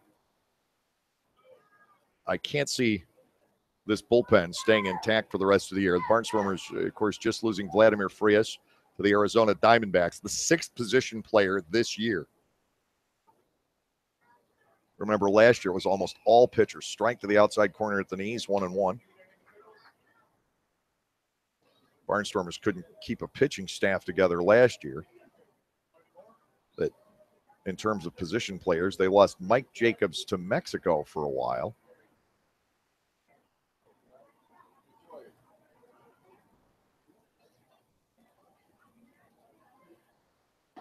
Slider back to the zone, make it 1-2. Hively looking very sharp out there tonight. I think there was one other position player started a year ago. Logan Schaefer going to Minnesota, and that was about it. Fouled away. Benson stays in at 1-2. I said I could recognize Jake Hale by his build. As I said, we were walking downstairs together last night after the game, and he introduced himself, and I said, I knew who you were.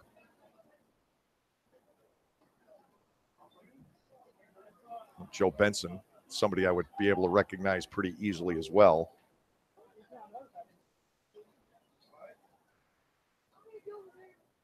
One ball, 2 strikes. Hively back to work, and Benson pulls a ground ball toward the hole at short. Behind it is Coronado. He's got the arm, and he's got the out. Benson retired 6-3. Looks like Coronado has a strong arm, but he's not necessarily all that quick on the release. Something they'll work on. He's got the basics to play the 3 infield positions. Josh Prince stepping in. He bunted his way on in the 5-run third. 1 out of 2 in the ball game tonight. 3rd assist for Coronado in the ball game.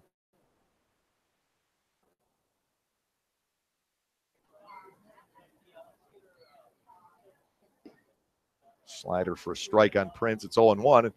I hope this weekend that Nate's family and friends can come on over from Philadelphia and watch him play. Definitely one outfielder coming in on Friday.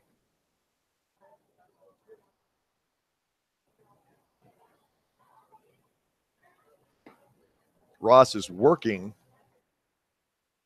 at batting first baseman, but there may be a tie-up there.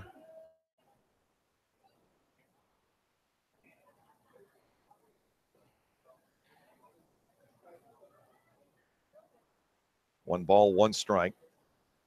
Prince batting with Aarons waiting on deck. So that lefty batting first baseman is anything but a done deal. And Scott Patterson apparently made contact today, and there are possibilities there. So I don't think we're going to be this low for long. And certainly not this low beyond tomorrow. The guy coming in that we know for sure, left-handed batting outfielder. Foul, 1-2.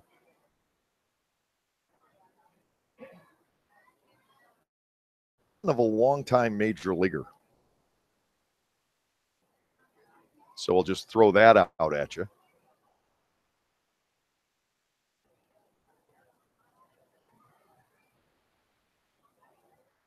One ball, two strikes. The count on Josh Prince.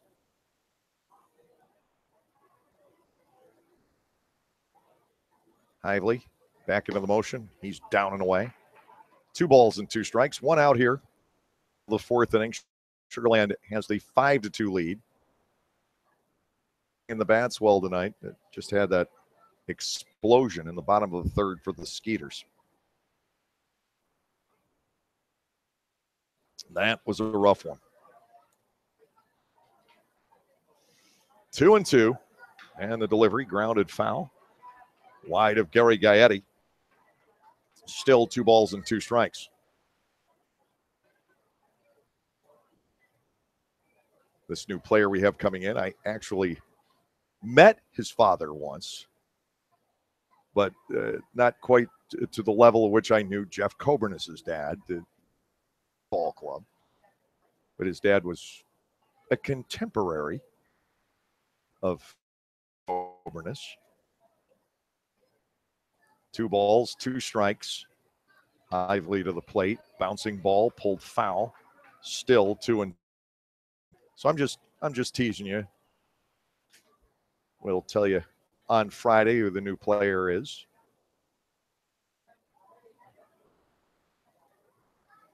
And he is on his way. The contract is signed.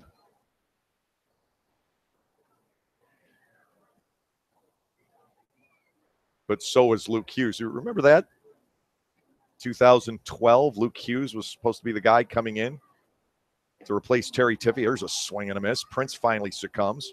Second strikeout for RJ. Kevin Aarons will come to the plate. His way from Sacramento.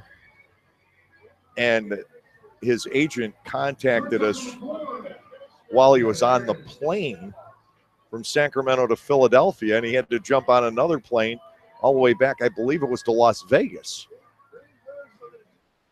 The longest plane flight ever to get from Sacramento to Vegas. And we ended up with Travis Denker. Now, another interesting tie, if you follow this great chain of events, Travis Denker will be a teammate of Vladimir Frias in Jackson, Tennessee. First pitch strike to Aarons. It is 0-1. It all goes full circle after a while. With the Diamondbacks for the last 3 years, he played here in Sugar Land in 14. After a season and a half with the Barnstormers, he came back to the Atlantic League with the Skeeters that year. He had been with Laredo in the American Association that year. It's hard to believe his little boy is 3. That just boggles my mind, but Levi Peoples in that neighborhood too. They grow up so fast. Ground ball toward the middle, hustling over Coronado. Nice looking play, and he's got Kevin Aarons. Coronado ranging wide to his left. Very fine play made by the new Barnstormers shortstop. Nothing across in the bottom half of the 4th inning. And we'll go to the 5th, still 5-2 in favor of Sugar Land.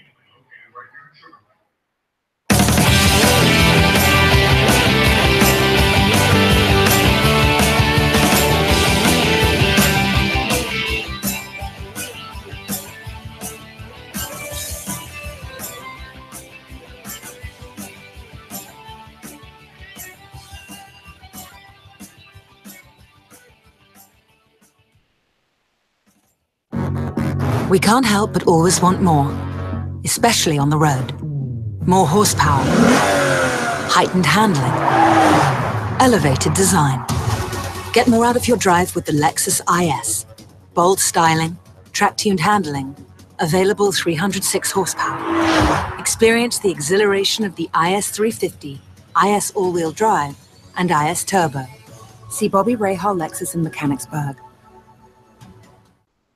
Enjoy baseball and music this summer at Clipper Magazine Stadium. No matter what your taste in music might be, we have a night for you. Rock, oldies, country, funk, jazz, we have it all covered over 8 weekend nights this season. Each of those evenings will kick off with a Barnstormers game at 6:30. Following the baseball action, music will take the spotlight to complete our entertainment doubleheader. Check your Lancaster Barnstormers pocket schedule or our website at www.lancasterbarnstormers.com to check out the concert dates. Barnstormers Baseball. Make a night of it.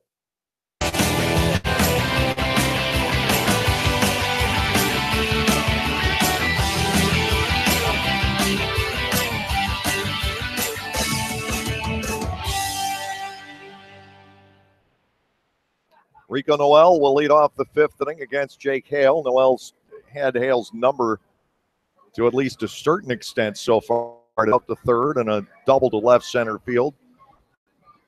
A sinking liner that bounced on past Anthony Giansani's diving try.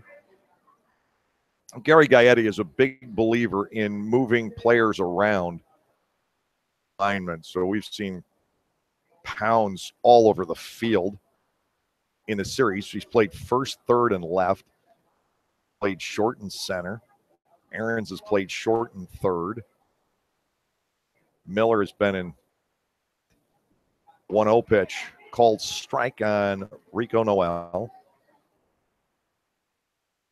And we get the 1-1. Robinson and Bell will follow. At least, will for the time being, assume it's Bell. It's a bunt down. It's not a great one. Up with it is Cordero. He'll fire and get the out. Too close to the plate. And Noel retired 2-3. Trayvon Robinson stepping in. He is grounded to first and chopped the double over the head of the third baseman Pounds to drive in a run. It was the key hit in the Barnstormers' 2-run 3rd inning. Robinson on a 6-game hitting streak now. He's batted safely in all 4 games he's played in this series, and he had a couple of huge games, of course, including the walk-off home run. Evolution just prior to the All-Star break. And it is Bell on deck.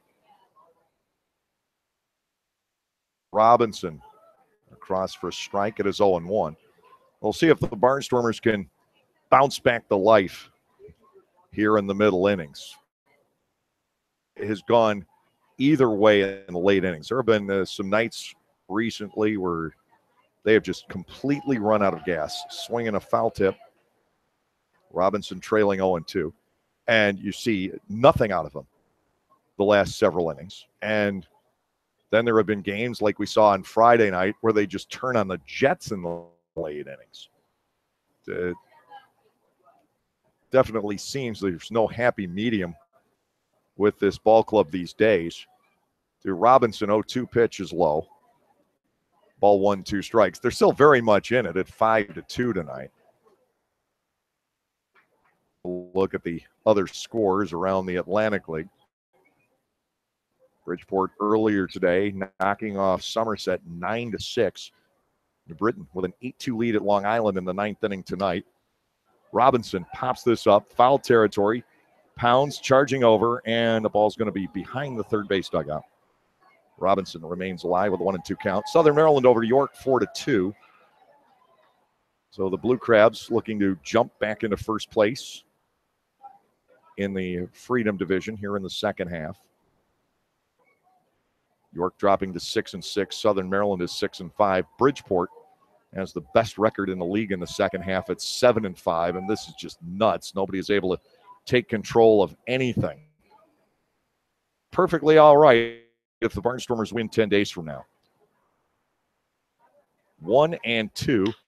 Down the line at first, off the glove of the diving Travis Scott, rolling well into foul territory. Robinson decides to hold on at first base. He might have been able to make it to second, down by 3 runs, not necessarily worth the gamble. Second hit of the night for Trayvon. He's 14 for his last 24. 1 for 2 in this game. I'm still confused by Bell bunting the last time up, not necessarily the first try, but definitely on strike 3.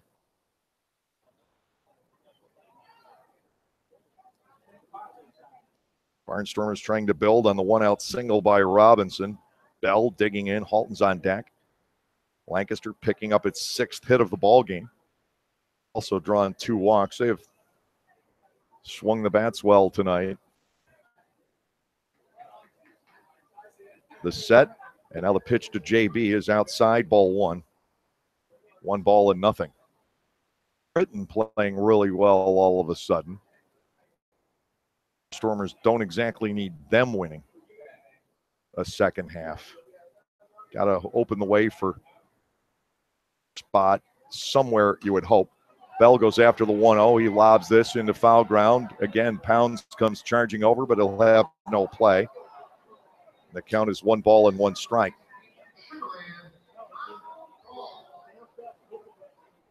If Southern Maryland and Somerset were, I would have to think the Barnstormers would be in really good shape for a wild card spot. Not that it's a lock. You have to still worry about Long Island sneaking in there. Bridgeport and Lancaster have the wild card edge. You win 10 nights from now, it's all elementary. We don't have to worry about it anymore. Go to first. Trayvon's back in. Cole Garner a victim for Jake Hale back in the 2nd inning.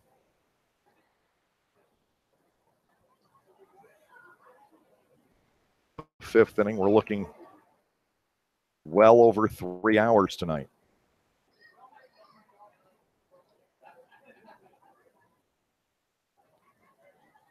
To Bell, strike 2 from Hale, 1-2.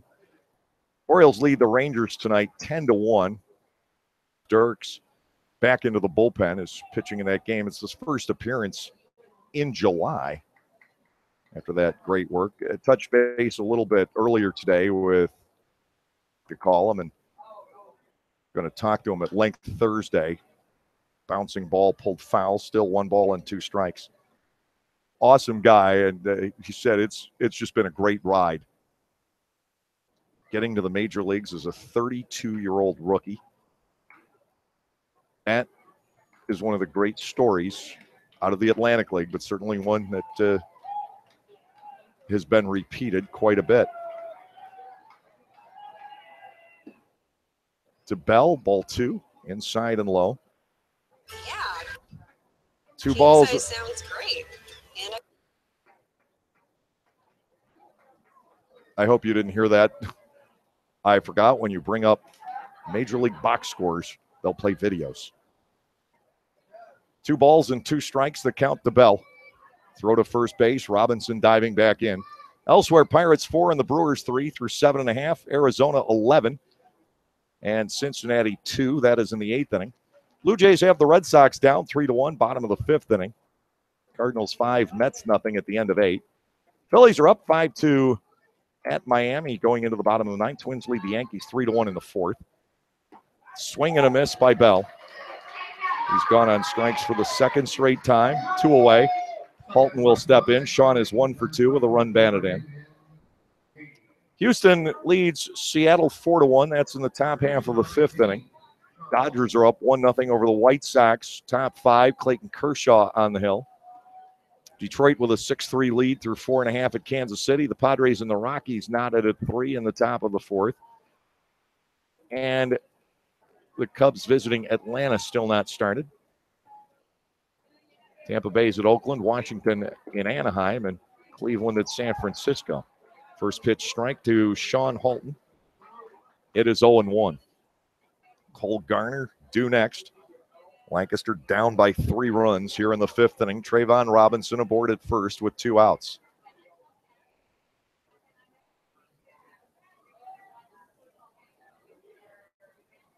Hale to the set, brings it home. Breaking ball cut on and missed. He has Halton 0-2.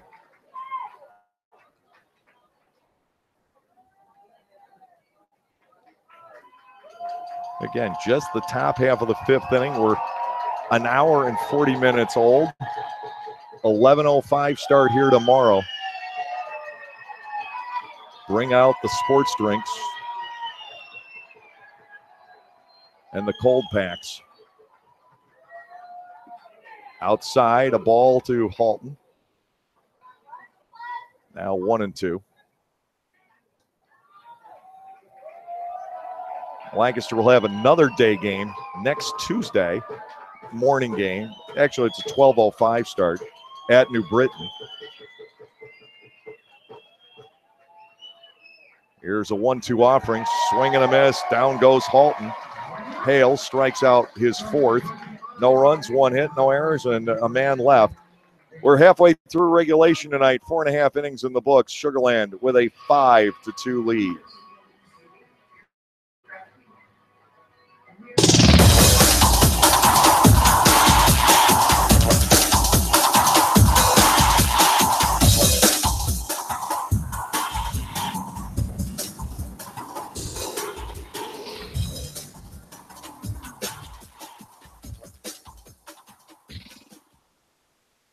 .com, local flavor. Localflavor.com, local flavor. Excuse me, are you saying localflavor.com? Oh, yeah, it's where I save big bucks on all kinds of things. Home improvement projects, dining out, family fun, electronics, jewelry, clothing. I even bought my wife a fancy spa package for half price. Half price? Yep, you know all the deals you find in Clipper Magazine. I love Clipper Magazine. Well, they're all on localflavor.com too. And you can get them right on your phone thanks to localflavor.com's mobile app. Here, take a look. Look at all these restaurants, amusement parks, car washes, fitness centers. This is worth sharing about. Exactly. Localflavor.com online, the Local Flavor mobile app, and Clipper Magazine together. It's like a triple play. Do the cheer again. I'm in. Localflavor.com, local flavor. Come on, everybody! Localflavor.com, local flavor. Localflavor.com, local flavor.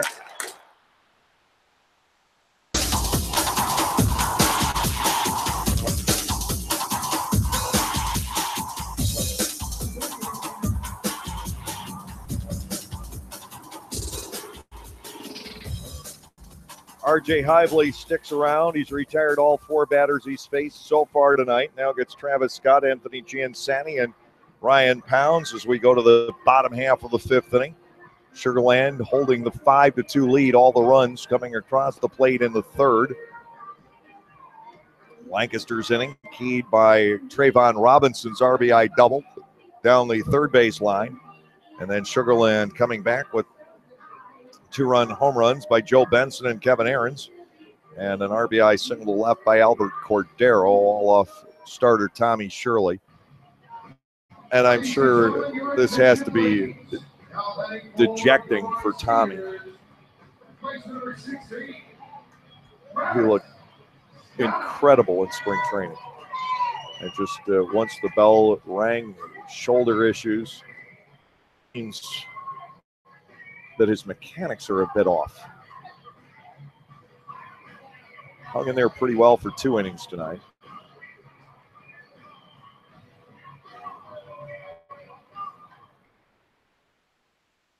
Leading off, there was that weighted donut still in the Barnstormers on deck circle. Scott Patterson grabs it and takes it back to the dugout.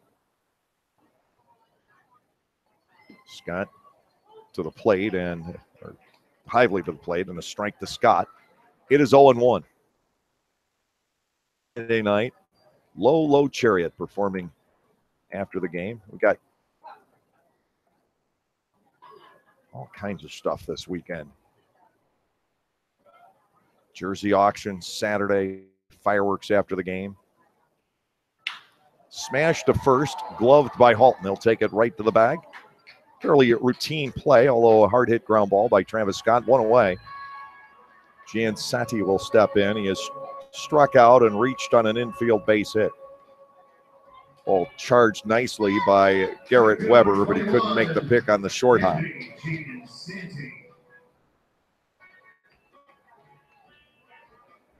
Setting up the 5th run. Giansani scoring on the Cordero base hit.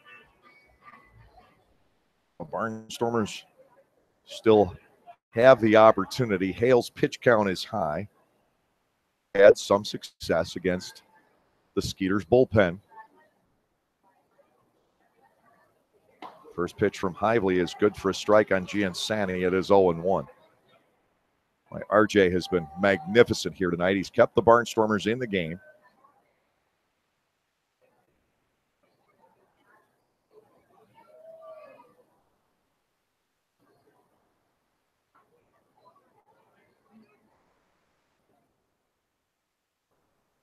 Back with the 0-1 is RJ. He angles it down and away, a ball and a strike. Lively out of the Diamondbacks organization. He and Kevin Munson and Garrett Weber were all there together.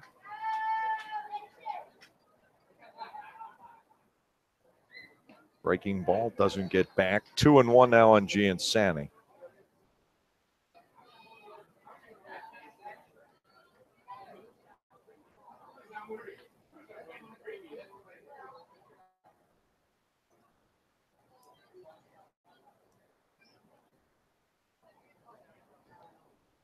Spread out. The 2-1 offering is hit high in the air, pulled down the left field line, charging over Lastings Milledge. That, however, will hook on up to the deck and foul ground. Giansani back at 2 balls and 2 strikes. Garner, Weber, and Milledge due up in the 6th inning, and for now, Hale will stay in the Sugarland bullpen, but I don't know that Hale will go past 6. Pitch count up into the 80s. Giansani awaiting the 2-2. Hively ready to go. Brings it home. It's fouled at the dish. De La Rosa to get to it before it's down in the dirt. 2 balls, 2 strikes.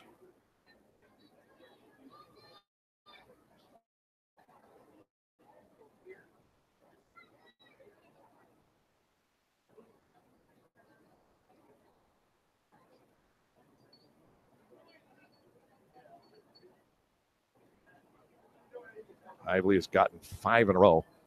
Boy, this game, for only 2 run-scoring half innings, is taking an awfully long time to develop. 2 balls, 2 strikes to Giansani. Hively will bring it home. He got him a swing and a miss. 3rd strikeout for R.J. Hively in 6 batters. He's gotten the other 3 on ground balls. Here's Brian Pounds, a single and a walk for Brian tonight. The other night, we saw Sean Gleason come in for the Sugarland Skeeters, with the Barnstormers having put 6 runs on the board against the starter Bobby Blevins and gave Sugarland 4 no-hit innings. He's retired 6 in a row here. He goes to work on Pounds, a big swing and a miss. Pounds looking for his 3rd home run of the series. No balls and 1 strike. The Barnstormers have only been out hit 7-6. Definitely an issue here tonight. Barnstormers have been out homered on the road this season. It's been a while since we have seen that happen. They've been out homered 38-32 outside of Clipper Magazine Stadium.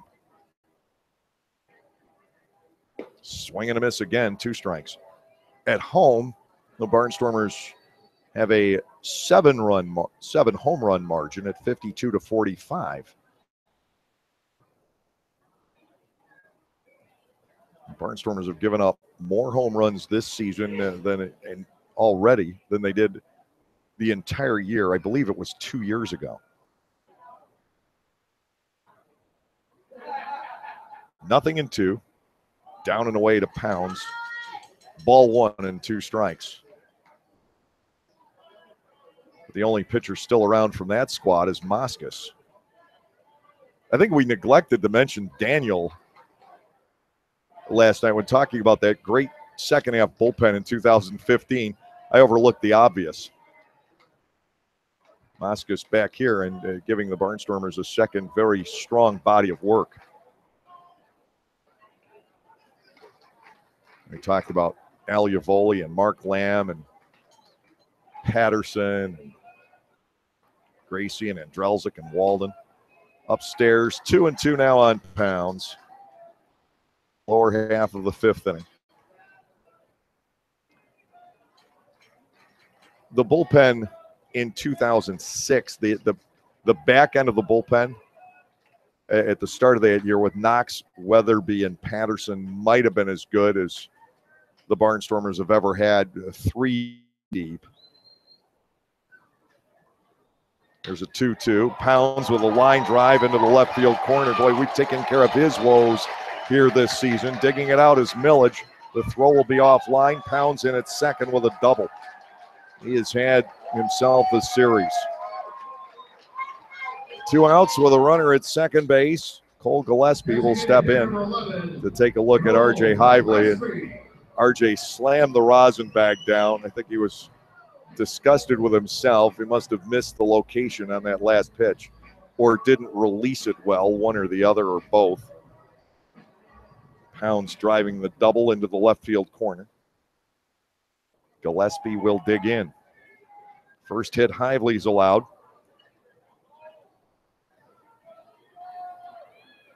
Two outs in the inning, so he just needs to get Gillespie and no harm done.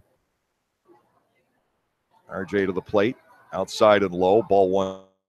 An avid golfer.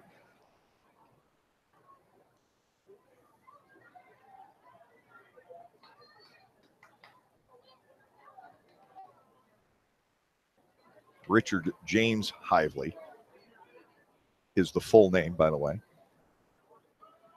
Ball one, no strikes. Look back at second, and Hively will pull his foot from the rubber. There have been 4 walks tonight. Not really a ridiculous number of pitches thrown. A snail's pace. 1-0 to Gillespie. The offering hit in the air to right and deep. A long way to chase this one down.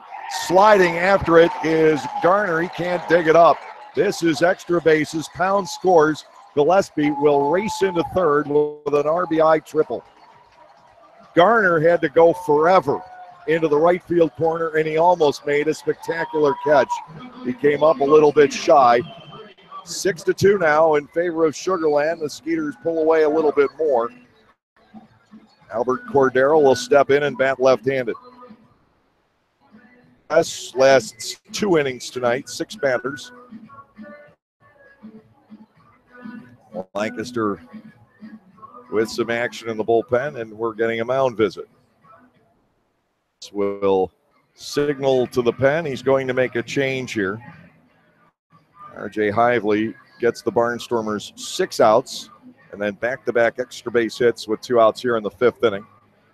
And discussion with the umpire, Ryan Moorhead, as he departs. Didn't look long or nasty. So we're going to take a break as the Barnstormers go back to the bullpen and head to these messages. Celebrate the history of our national pastime at the National Baseball Hall of Fame and Museum in Cooperstown. See priceless in your baseball memories to life. Cooperstown is where you, your family, and your friends can relive baseball's greatest moments and honor the all-time greats of the game. Plan your family visit today at baseballhall.org. Silicon, microprocessors, and thousands of lines of code.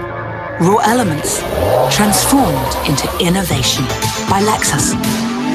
For a limited time, experience advanced safety technology for yourself at the Lexus Golden Opportunity Sales Event. But hurry, these offers won't last. Now through September 5th. See Bobby Rahal Lexus in Mechanicsburg.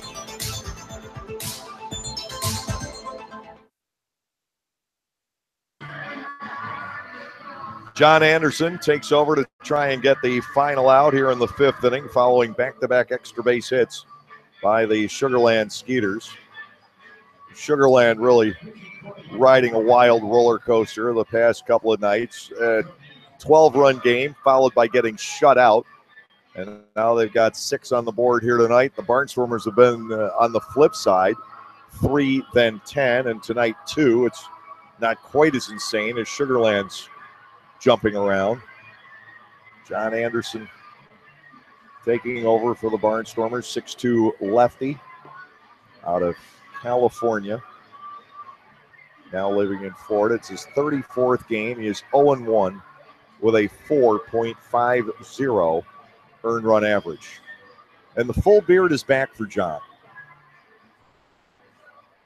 He can change every 2 or 3 days if he wants. Stepping in, he was 1 for 2 against the starter, Tommy Shirley, singling into left field back in the third inning. See if the Barnstormers can put on some kind of an attack over the last few innings. They had the 2-run third inning tonight. This game really is starting to look like the one 2 nights ago. It's not that bad yet. Turn it around. Breaking ball is inside and low to Cordero. Ball 1-0.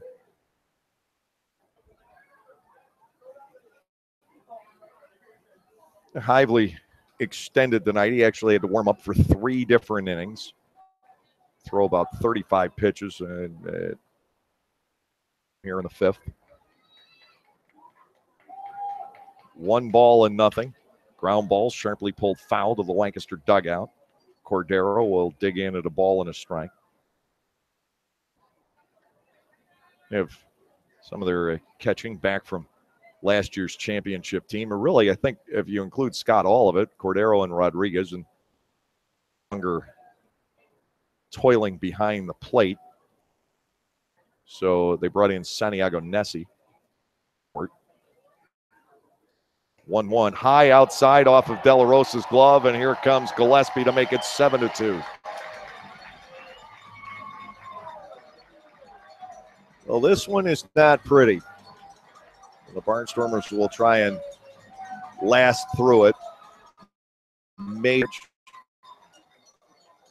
the pitching change results in another run. We'll have to see how that one is scored.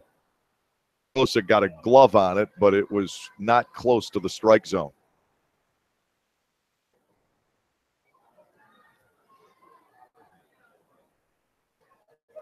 This is all developed with 2 outs.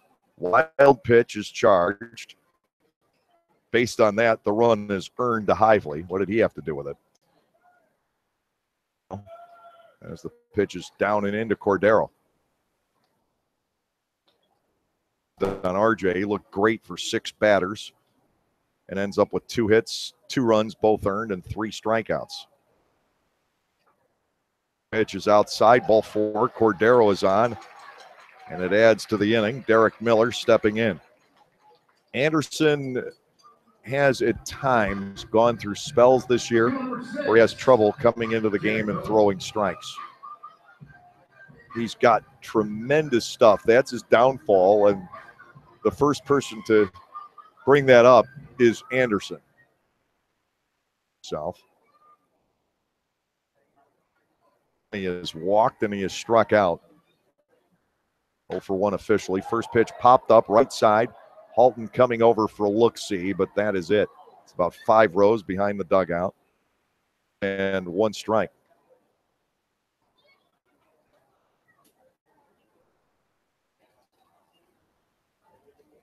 For Anderson, it is now the 8th time that he has walked in a game.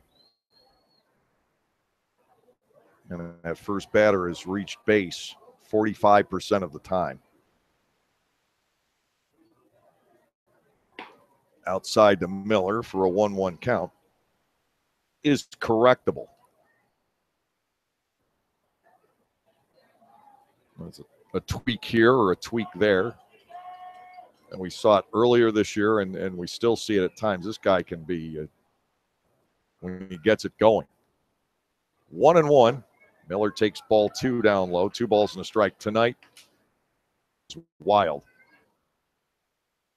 In fact, it's already 7-2 Sugarland. The 5th inning. We're right back here at 11 o'clock tomorrow morning for Game 6, and that's a rematch between Evans. There's a strike. Anderson just trying to find the 3rd out of this inning. First 2 ages ago. Ground ball by Scott and a strikeout of Giansani. The 3rd one, the last 3 batters. Derek Miller in there 2-2. Anderson to the plate. Ball 3 is well inside. This Cordero will be on the run. And 2 strikes. The count to Miller. Lancaster will have Garner, Weber, and Millage up in the 6th inning.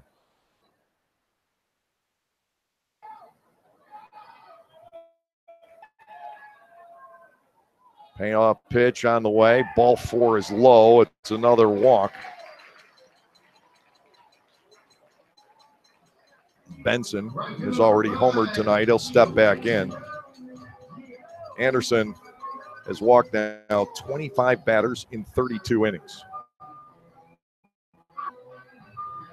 Opposing teams are batting just 179 off of him, and we're going to get another mound visit. Lancaster's going to have to count on some innings tomorrow. Anderson's going to be pulled. They're going back to a right-hander. So that will be all for Anderson tonight. And again, he's got to be a little bit disappointed with the way things have gone. We're going to have another pitching change. And again, these messages. Celebrate the history of our national pastime at the National Baseball Hall of Fame and Museum in Cooperstown. See priceless treasures that will bring your baseball memories to life. Cooperstown is where you, your family, and your friends can relive baseball's greatest moments and honor the all-time greats of the game. Plan your family visit today, ball.org. Silicon, microprocessors, and thousands of lines of code. Raw elements transformed into innovation by Lexus. For a limited time, experience advanced safety technology for yourself at the Lexus Golden Opportunity Sales Event. But hurry, these offers won't last. Now, see Bobby Rahal Lexus in Mechanicsburg.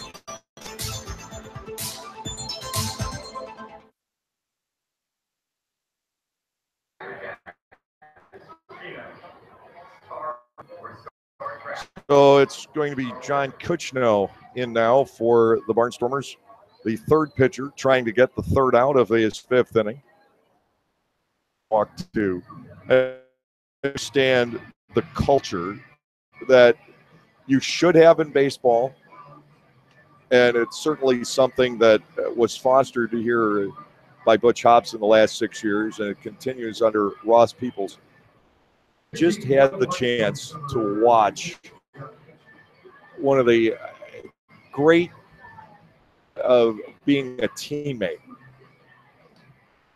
you can see, and this is heartwarming to me, and it's not being selfish at all. It's being the opposite of being a jerk. When John Anderson came off the field, the person who greeted him in the dugout was RJ. Remember, it just won. RJ shook Anderson's hand and gave him a playful love tap on the backside. That is teamwork, and it's a great part of the culture here. To be around here is Joe Benson, John Kuchno. Of runs here 2 nights ago. 6th appearance. He's given up 5 hits and 3 earned runs in 8 innings. He hasn't walked anybody. He struck out 9 with the home run. He gave up the 2nd one to Pounds here on Sunday. Benson has grounded out twice to short, and he has slugged a home run tonight. Kuchno to the plate. Fastball for strike called, 0-1. Home really haven't had much of a chance to get to know John. He's just been around for that one homestand against the York Revolution. He's a very, very pleasant young man. Runners at 1st and 2nd. Outside and low to him, a ball and a strike. Hively got 2 outs quickly and gave up a double and a triple. He came out, Gillespie scoring on a wild pitch. Walking the two batters he is faced. It's 1-1 from Benson, 6'5" right-hander from Baltimore. Next offering, smash, base hit, left field. Charging the play is Millage, and Cordero will be held at third. That is the 5th straight to reach base here in the bottom half of the 5th inning. Josh Prince will bat against Kuchno. Sugarland with a chance to blow this game out of the water, which the MO for this series, one way or the other. The only game in this set that has been competitive is opener, which the Barnstormers won in the 9th inning. You got to get Prince here. This game is just nasty. Cordero at third, Miller at second, Benson aboard at first. To work on Prince. The throw behind the runner at first base, Benson, by De La Rosa is bounced and fortunately knocked down by Sean Halton. For 3. Bunt base hit for Prince in the midst of the 5-run 3rd inning. It's now runs and 10 hits for the Skeeters in the game.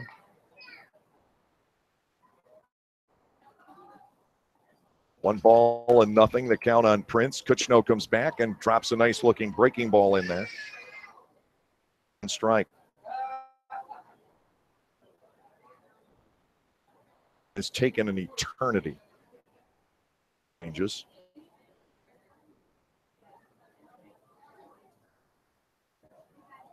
Runners lead from everywhere. Kuchno 1-1 to Prince. Ground ball foul along the third base line. Knocked down by Gaetti. Make it 1-2.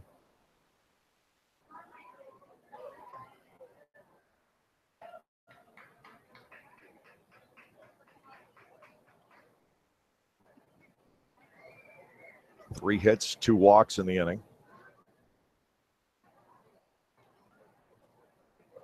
Prince batting. Aarons is on deck. He has a home run tonight. Prince, ground ball again along the line at third, and foul, but closer. It's 1 ball, 2 strikes. Oh, coming out of the Pittsburgh Pirates organization, threw as high as AAA there. He and Jake Hale, the opposing starting pitcher, both former Buckeyes.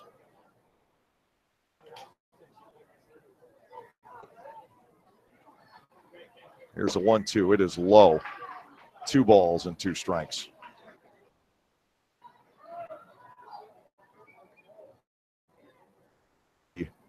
Professional ranks in 2009.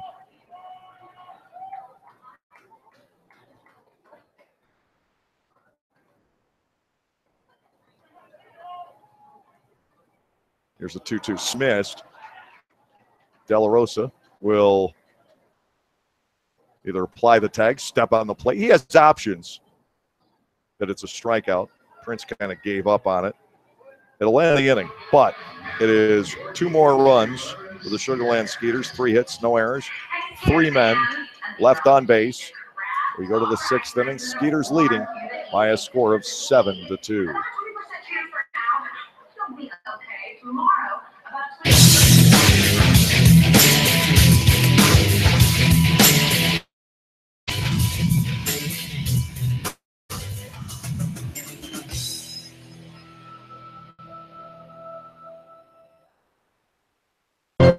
Celebrate the history of our national pastime at the National Baseball Hall of Fame and Museum in Cooperstown.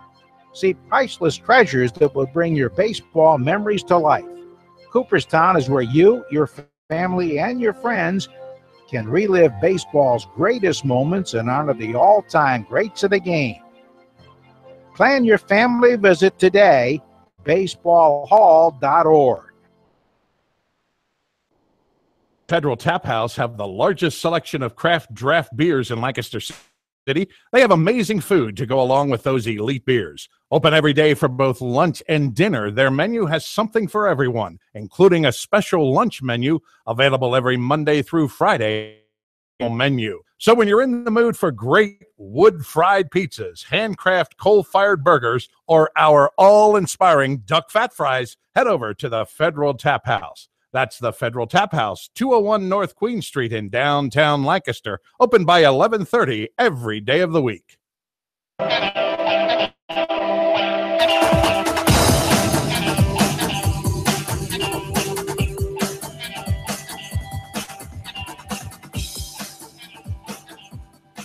the Barnstormers trailing by 5 heading into the 6th inning. Jake Hale had a nice long break.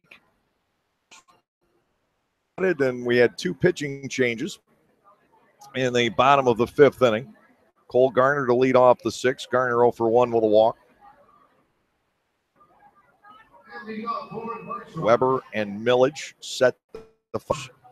Need to get some runs back. They're not out of it with 4 innings to go, but certainly they've got to begin to accomplish something. Only having scored in the 3rd inning.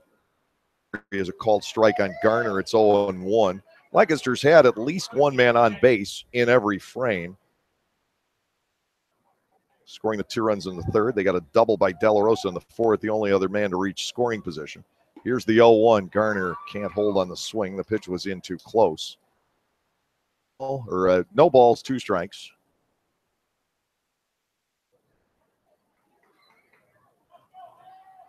The count from Hale. 85 pitches thrown by Hale so far. Breaking ball drifting outside and low. Ball 1, 2 strikes. He's given up 6 hits and 2 walks through 5 innings. Not a clean game, and then this is what you'll get out of Hale. Ground ball toward the hole at shortstop. Backhanded pick Aarons. He's going to throw on the run. Nice play by Kevin. And Garner thrown out 6-3, 1 out. Garrett Weber stepping in. Hale has been able to control Weber tonight. I'll have to admit, I've got to said hello to Brian Pounds. This is the Tom Arnold thing. I said hello to Brian Pounds the night he had the 2 home run game. Walked downstairs with Jake Hale last night. If they're ex-Barnstormers, apparently this does not count. Although Aarons has had a pretty good series. Called strike 0-1. I didn't say hello to Kevin until we were well into it. Until yesterday. And then, oh boy, I did it again. 0-1. Breaking ball almost hit Weber and got the inside corner. A second strike. It is 0-2. Millage waiting on deck.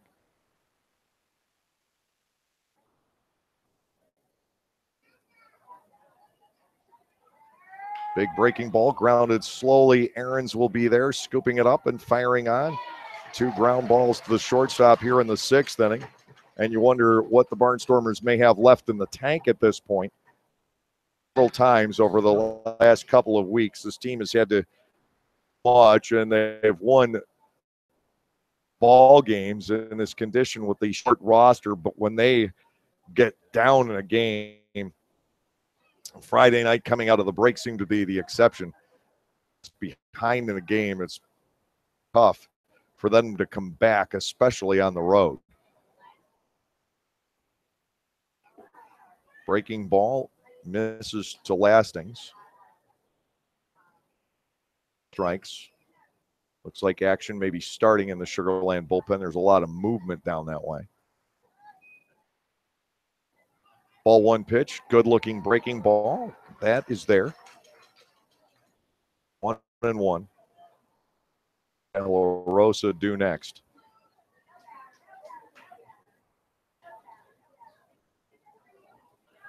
Hale brings it home. Ball 2 is low and away. 2 balls and a strike. Be interesting to see if all of the reinforcements come together over the weekend, or at least early on the next road trip. Ball rifled foul by Millage. Boy, he hit that hard. It was up to the last section of seats. 2-2. I still have to think Lastings will hit a home run before the season is up. To delivery, popped up, not happening here. First baseman Scott with the play near the bag. A very easy inning for Jake Hale in the top of the sixth. Nothing going on. We're 5.5 in with the score. The Sugarland Skeeters 7 and the Lancaster Barnstormers 2.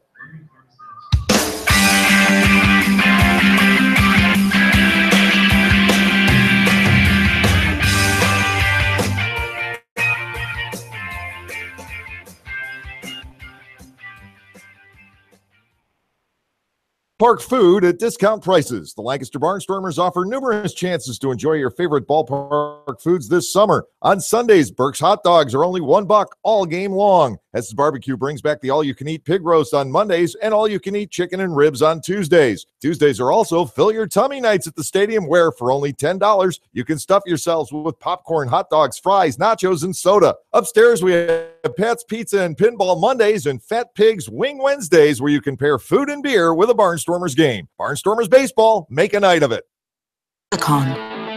Microprocessors, and thousands of lines of code. Raw elements transformed into innovation by Lexus.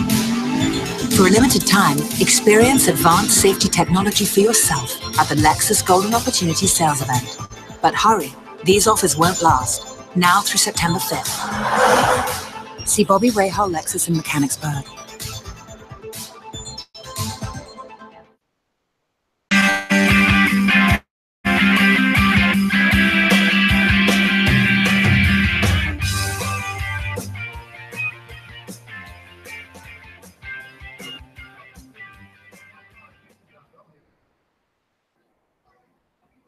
John Kutchno remains in for the bottom of the sixth inning. He allowed a base hit, then got a strikeout to close out the bottom of the fifth before utter disaster struck. The base was loaded at the time. They'll face Aarons, Scott, and Giansanti as we go to the bottom half of the sixth inning. Huge shout out again to the Silver Skeeters in the house tonight. Welcome. 6'5" right-hander. He's been used very steadily by Ross Peoples since he got here. He joined us basically for the Long Island series. So a week before the All-Star break, 5 games here. He's been around for 12 games. This is his 6th appearance, and he's gone multiple innings. Leading off the bottom of the 6th, he's belted a 2-run homer tonight. That was the lead hit. Put them up 4-2. They've obviously since extended that 7-2. Kutchno to the plate, swatted foul to the right side, 0-1.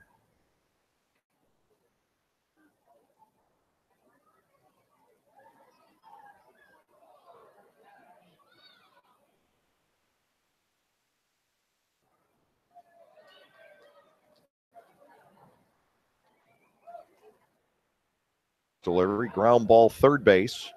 Dug up by Weber. Good clean throw across the diamond. Aarons is retired on a ground out for the 3rd time in the game. Travis Scott stepping in. He is 1 out of 3.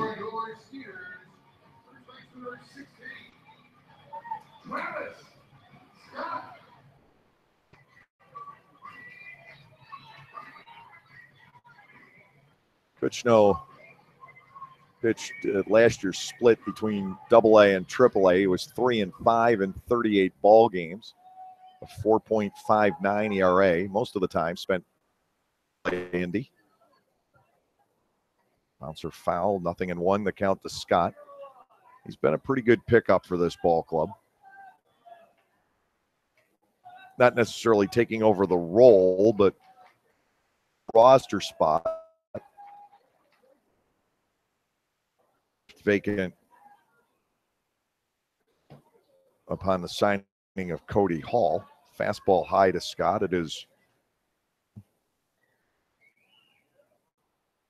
active taking on Nate Reed's role.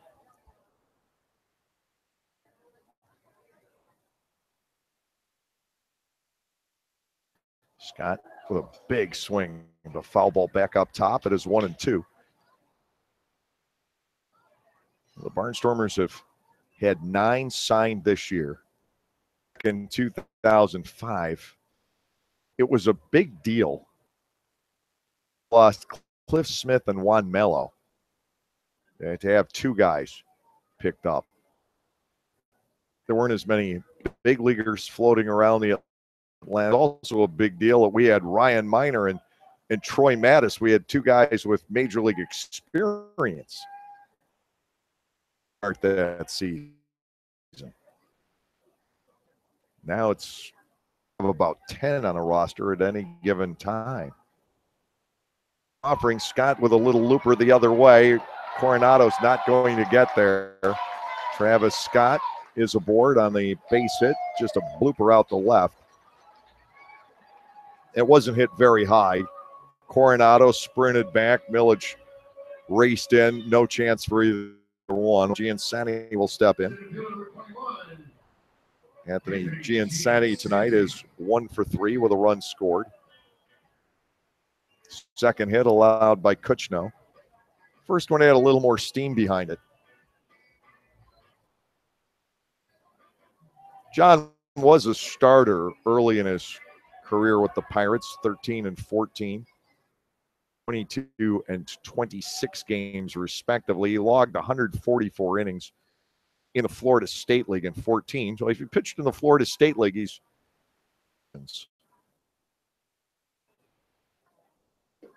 breaking ball is a strike called. It's 0-1. It can get humid in Lancaster. I don't think, with rare exceptions, it gets quite this humid. 0-1. There's a little pop-up that'll stay in the infield. Weber with the catch. Across the pitcher's mound, putting on the brakes. No chance for a throw on Scott. 2 outs. Pounds stepping in. Perfect night for Brian Pounds tonight. Walk, a single, and a double. I was talking to Lance Sawatsky earlier in this series. He is still a few days away from being reactivated. It's been a tough 2 years for Lance. Last year, first one side, then the other. This year, it's left quad.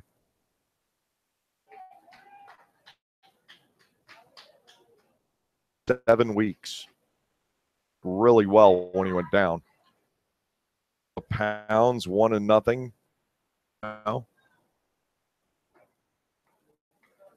Hopefully Lance will be back by the time Clipper Magazine Stadium in about 2.5 weeks. Not that you necessarily want him in the lineup at Clipper Magazine Stadium. That could be unhealthy for Barnstormers pitching. Swing and a miss. It is 1-1. And that'll be it. It's the last time we see the Skeeters this year. It's the first weekend of August.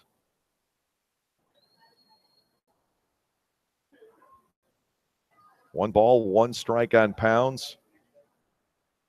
No, comes back. That's strike 2. Good looking pitch, knees inside corner. Pounds didn't think so. It's 1-2.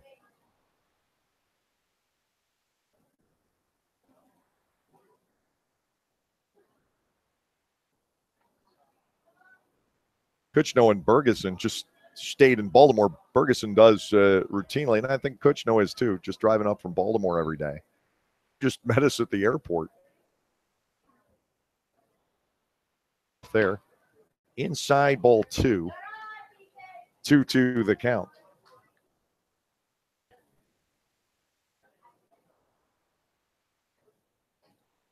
Orioles that he is to be really happy. The O's are up 12-1.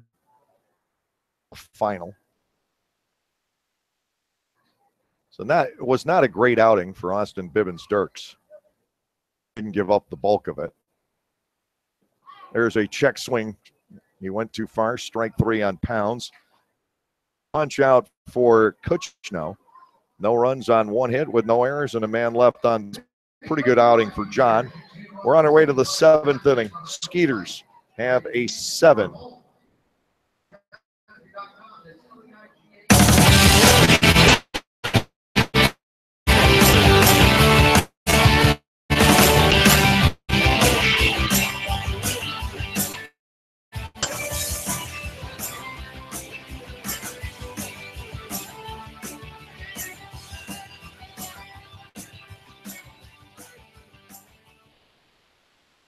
Lancaster Bible College has been around since 1933, but did you know that they offer degrees in much more than just Bible?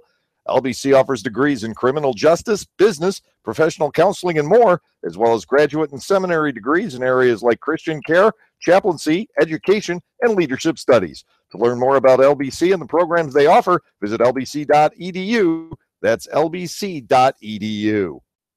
And music this summer at Clipper Magazine Stadium. No matter what your taste in music might be, we have a night for you. Rock, oldies, country, funk, jazz. We have it all covered over 8 weekend nights this season. Each of those evenings will kick off with a Barnstormers game at 6:30. Following the baseball action, music will take the spotlight to complete our entertainment doubleheader. Check your Lancaster Barnstormers pocket schedule or our website at www.lancasterbarnstormers.com to check out the concert dates. Barnstormers baseball. Make a night of it.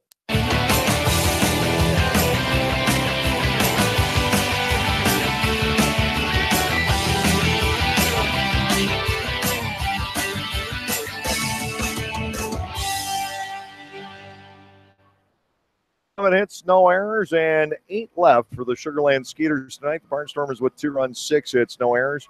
Lancaster is stranded 5. Anderson De La Rosa getting ready to lead off the top of the 7th. Gets to stay in for his 7th inning of work. Quality start already logged. Part here in the 7th inning. He's been in real trouble only in the 3rd. Back-to-back doubles by Noel and Robinson. And then a single by Halton to drive in the 2nd run. Beating the Rangers tonight 12-1. Pirates 4, Brewers 3. Slaughtered Cincinnati 11-2. Cardinals 5 and the Mets nothing. First pitch strike to De La Rosa. He's 1 out of 2 with a double. Phillies beat the Marlins 5-2. Everything else currently in progress. A rain delay in Boston. The Blue Jays lead the Red Sox 3-2 in the bottom of the 7th. Pitch to De La Rosa. Sky to shallow right center field. The right fielder Benson coming in, calling off Prince at the last minute. Barnstormers are not getting their licks in right now. And we have seen this, especially on the road, for the Barnstormers here the last 3 weeks. I do not, in shape or form, want to. This team has accomplished incredible run of having players get signed away by major league organizations, and this team is still winning.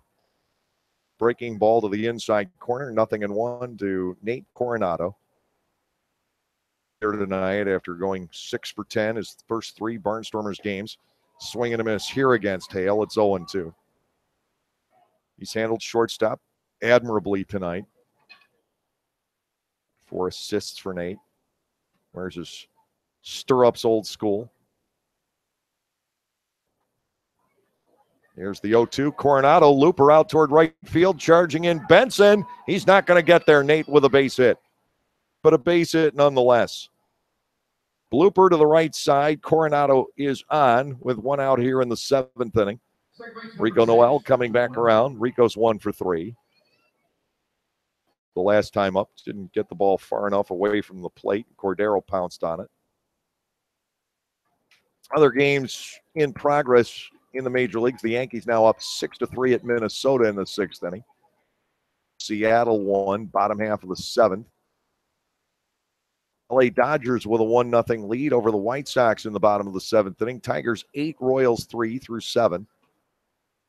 7, Padres 5, top 6. One out, runner aboard, and the pitch to Noel, good for a strike. It is 0-1. Hale has eclipsed 100 pitches. The bullpen is busy with a lot of people stretching out. Dustin Richardson is warming up. The tall left-hander with no pure left-handed batters. Throw to first base and picked off is Coronado.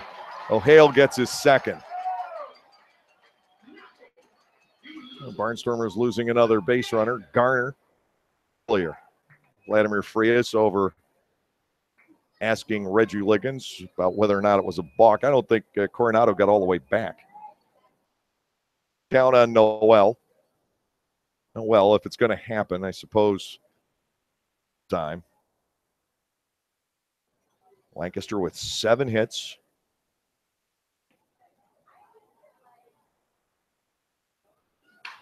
Noel lofts a fly ball out the left. Chasing this toward the line is Miller. He'll be there.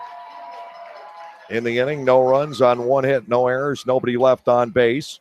Time for the 7th inning stretch here at Constellation Field. It is 7-2 Skeeters.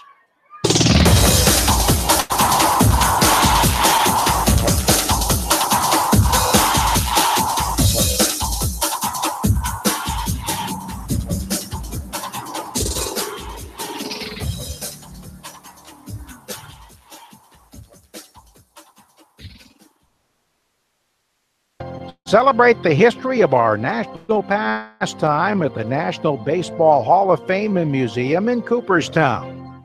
See priceless treasures that will bring your baseball memories to life. Cooperstown is where you, your family, and your friends can relive baseball's greatest moments and honor the all-time greats of the game. Plan your family visit today at baseballhall.org. Hey, Barnstormers fan. Be in the know as soon as it happens. We have a number of social media options for you to stay in touch with everything Stormers. Know what Silo's up to, the latest player moves, game results, schedule changes, and be the first to get in on surprise flash deals. Or simply buy our tickets or ask us questions. So like us on Facebook, follow us on Twitter or Instagram, watch us on YouTube, and be a part of the growing Barnstormers family on social media.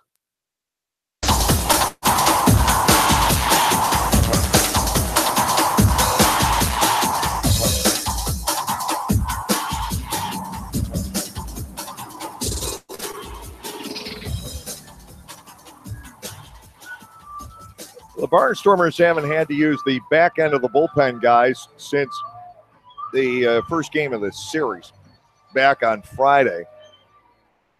And they don't want rust setting into the hinges. So Scott Schumann, ordinarily the setup man in the 8th inning, will pitch the bottom half of the 7th tonight. We've had nothing but blowouts since Friday night, 2 going each way now.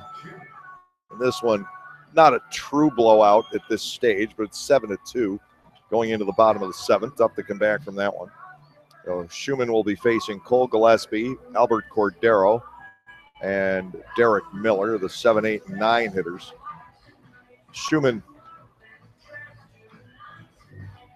not really upset with having the last 3 nights off.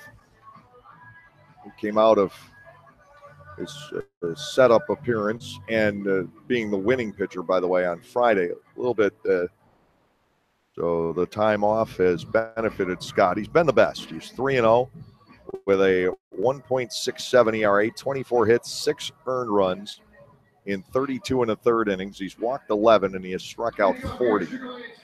And there's part of me thinking that he's got to be 10 away from the Barnstormers this year. You look at some of these other ball clubs they've had. I said Sugarland a couple, but they were massive. Fairfield and Wilkins just gutting the lineup.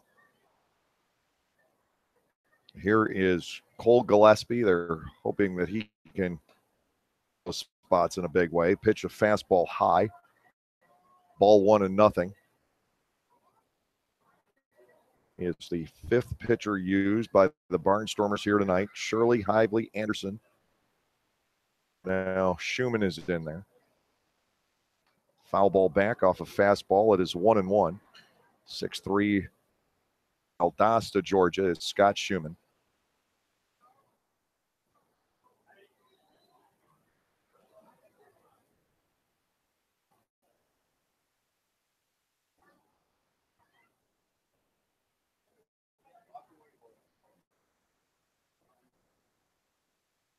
Very short step. A fastball comes. It's fouled away. He has so much power in that delivery. 1 ball, 2 strikes the count. And he hardly has any motion. That's what's different about the very wild Scott Schumann of 5 years ago. Apparently, just got right on through. They indicate the count's 2-1. It's driven to right center field. That ball's in the gap. Racing over on it is Trayvon Robinson, going for second all the way is Gillespie, and he will be in with his second straight extra base hit. Schumann greeted with a double here tonight. Albert Cordero will come to the plate. He is 1 for 2 with a walk. This has just not been the best of nights for Barnstormers pitching. Really solid outing. Kuchnows, although I can't complain about Hively. He retired 6 men in a row, and then after having warmed up for the 3rd time, couldn't get through a final inning, giving up 2 runs ultimately. Schumann will go to work on Cordero. It is low for a ball, 1-0. Derek Miller is on deck.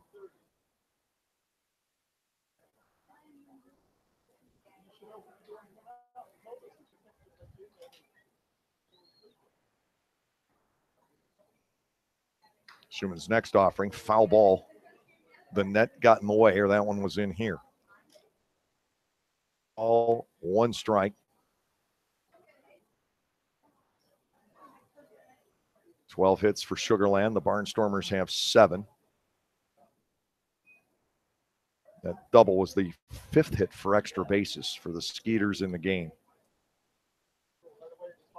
1 ball, 1 strike.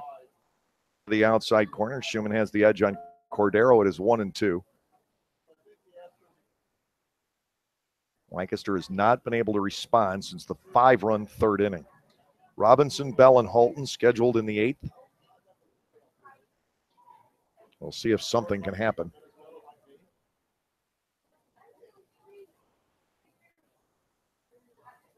Schumann's pitch, swing and a miss. And that will put away Cordero. First strikeout for Schumann. The bullpen has 6. Here's Derek Miller. He has walked twice and struck out once.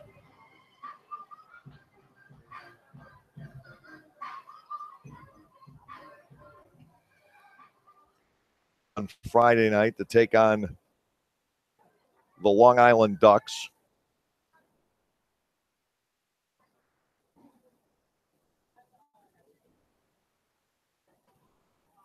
Delivery, line drive past third baseman Garrett Weber out into left field, a base hit.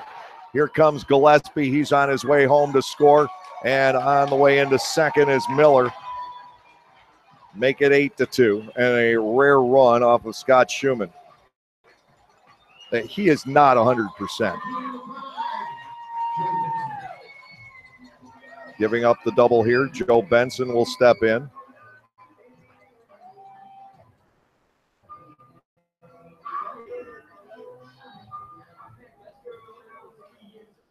In this series simply have not been competitive as the blowouts keep going back and forth. Benson will come to the plate, 2 out of 4, including a game-tying home run back in the 3rd. Or a single on that. Fastball is up. Ball 1 on Benson. Schumann's been better against left-handed batters overall than he has against the right-handers. Tonight, Gillespie and Miller get to him for sharp base hits. A strike on Benson, make it 1-1. Bottom of the 7th inning, the Skeeters are up by 6. You may see Carter in the bottom of the 8th inning.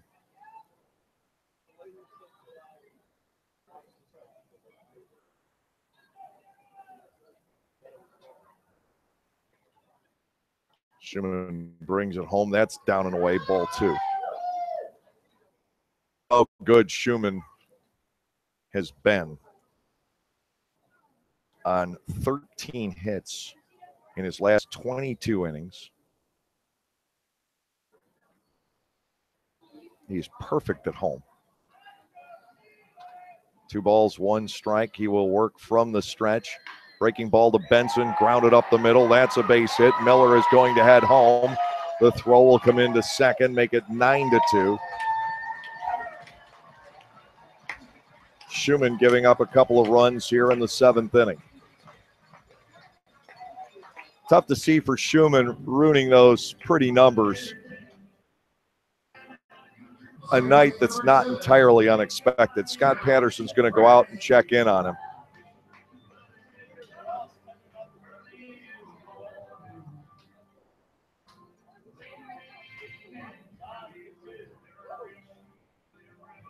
So it's now a 7-run lead for the Skeeters as they just keep whacking away at baseballs. At 12 runs the other night on only 10 hits. Tonight, the base hits have been steadier.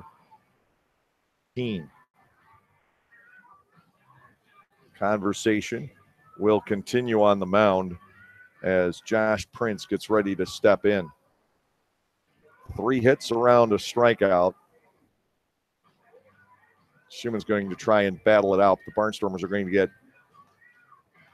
somebody else, I think, warmed up in the bullpen.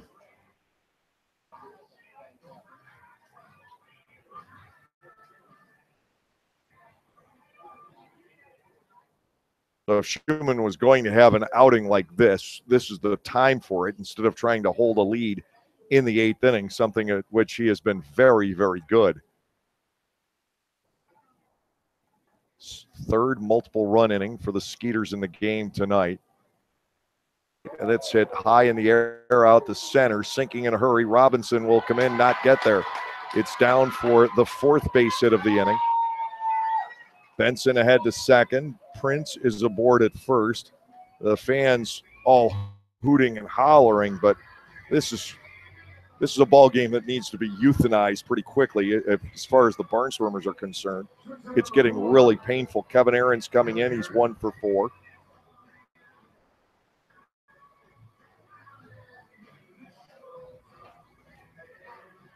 The Barnstormers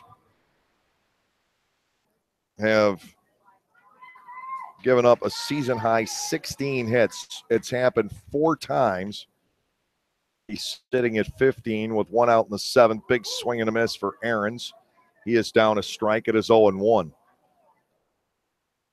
Lancaster took the early lead back in the 3rd inning, and it's just been a steady barrage of. And since then, Sugar Land teams funny like that. Southern Maryland was that way early in the year. You could shut them out and then for a dozen.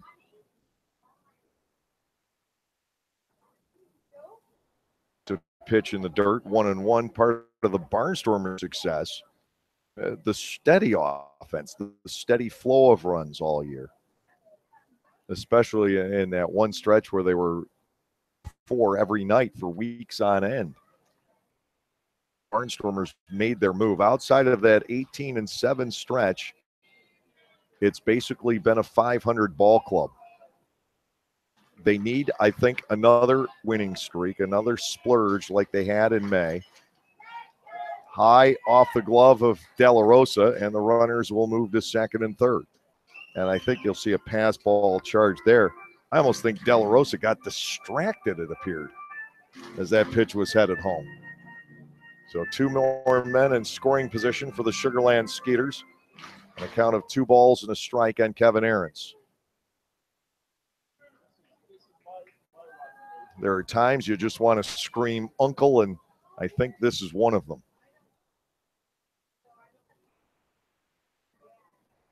Benson to third, Prince to second.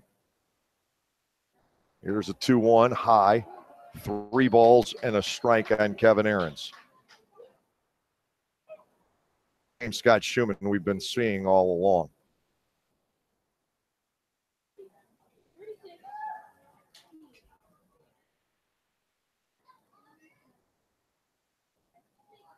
Now he charged a wild pitch. And swinging a foul way, 3-2. Schumann can do to just get the Barnstormers and himself out of this inning. And what has turned into a very painful game. The shoe was on the other foot last night. The Barnstormers just ran away with it early.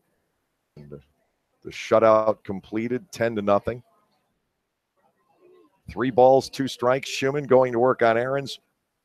Miss. Second strikeout of the inning for Scott. And amongst the 4 base hits. And now Travis Scott will step in. He has a bunt single and a bloop hit tonight. You don't want to see another base hit to drive in 2 more runs. Schumann's ERA has been damaged enough already.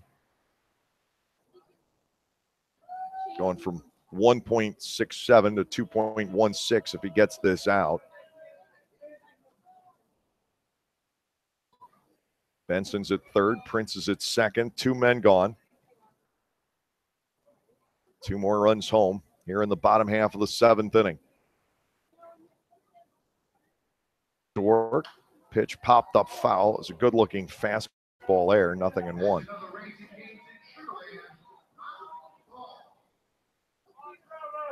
Evans and Marshall tomorrow to wrap it up. Headed home very, very early. In order to see the sun, we'll have to get airborne. The plane will be taking off in the dark. Summer on Thursday. That's knocked out the left field, racing over on it. Millage, it's by him. 2 more runs are going to score. Scott will settle at second base on a 2-run double.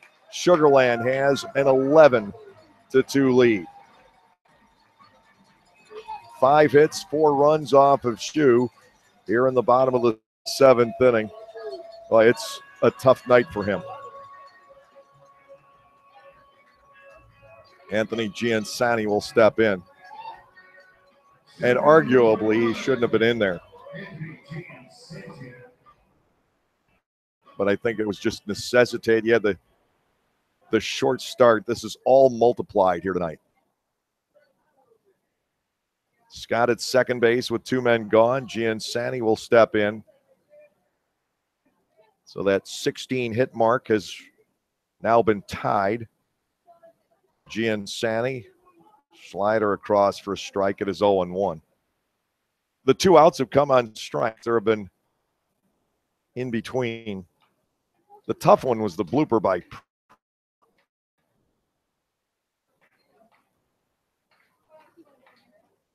it looked like somebody would get there, but it never happened. 1. And a Giansani fly ball out to center. Robinson in his tracks will make the catch. That ends the inning, but it's another big one for Sugarland. 4 runs, 5 hits, no errors, and 1 man left on base. 8th inning of play coming up. Have an 11.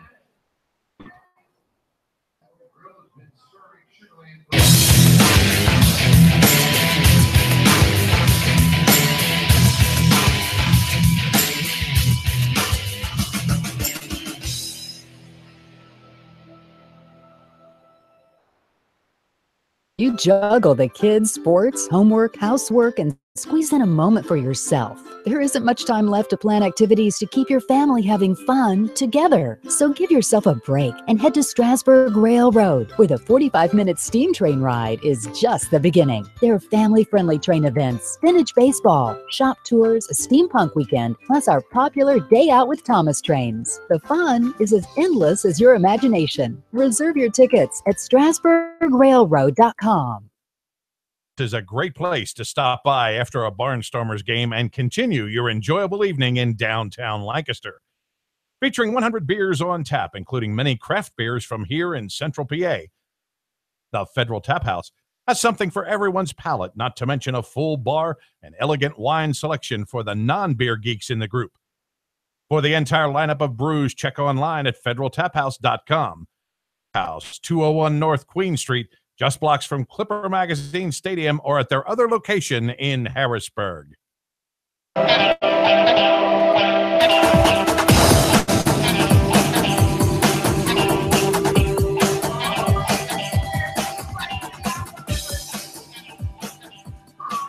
Left-hander Dustin Richardson takes over. A very strong outing for Jake Hale. One you can almost count on when he's on the mound.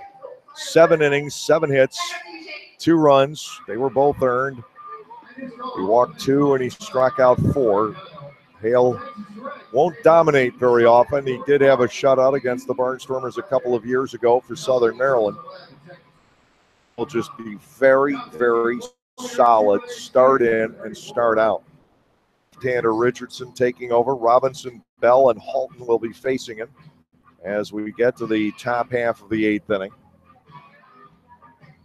In case you're just tuning in late to see what's been going on with the Barnstormers, well, it's been an active day, and that the Barnstormers, upon arriving at the ballpark, found out Ross Peoples getting the call that Vladimir Frias was being signed by the Arizona Diamondbacks, his contract purchased from the Barnstormers. And that set the wheels in motion, but that is not the reason for this game.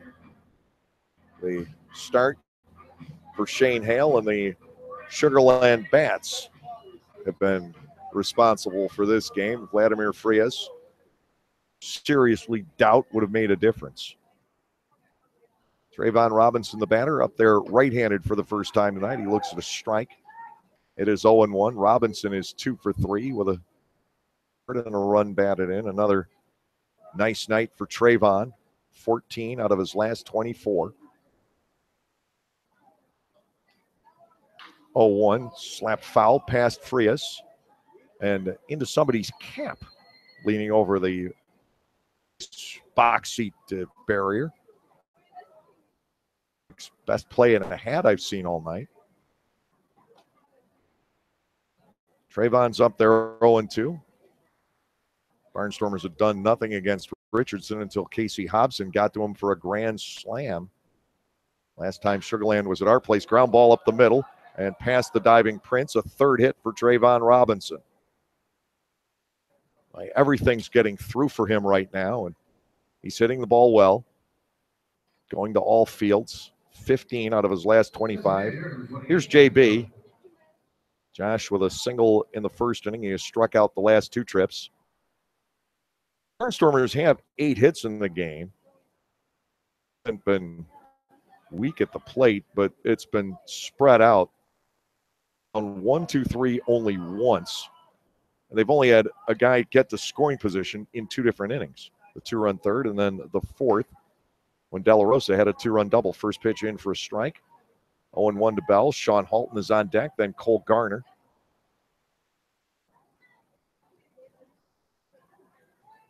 Barnstormers down by 9. Outside to Mr. Bell. It is 1-1.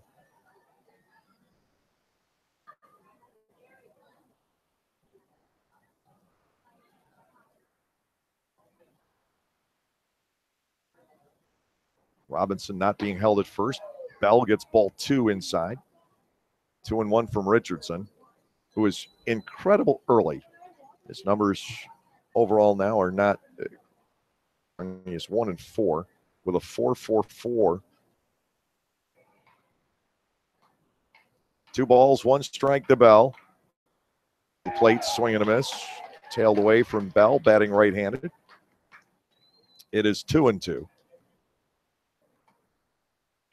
The base hit by Robinson, giving the Barnstormers only their second leadoff base runner tonight. That's been part of the success for the Sugar Land pitching staff. That's a go, ball 3 off the outside corner. We fell out. And Lancaster had 2 guys basically picked off by Hale.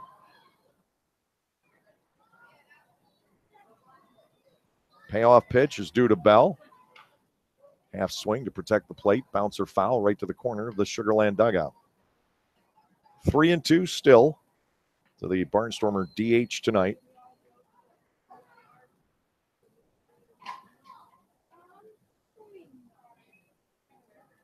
This is one thinned out crew. I imagine Frias will be coming back on the flight.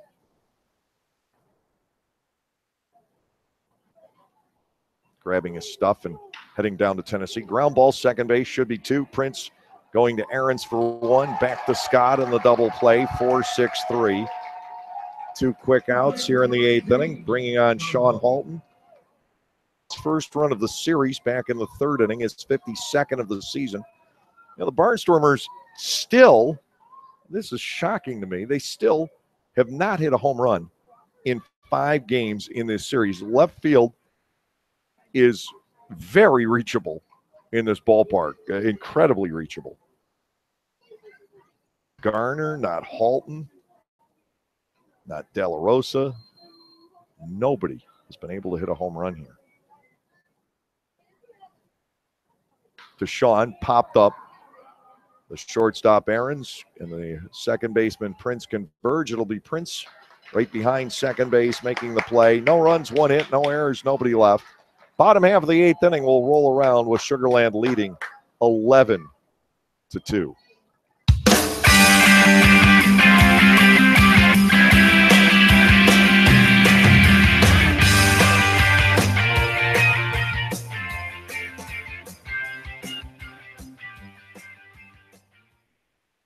In East Petersburg is your hometown appliance store with hometown values. We always give back to our community, and this year we are proud to be a sponsor of the East Petersburg Amphitheater Project. Stop in and purchase from us and keep your money here, helping others in your community. We are back again this season with a $25,000 giveaway at the stadium, and you can stop in and register for a Barnstormers game jersey. We want to be your appliance store and give back to all of you. Gockenauer Appliances in East Petersburg.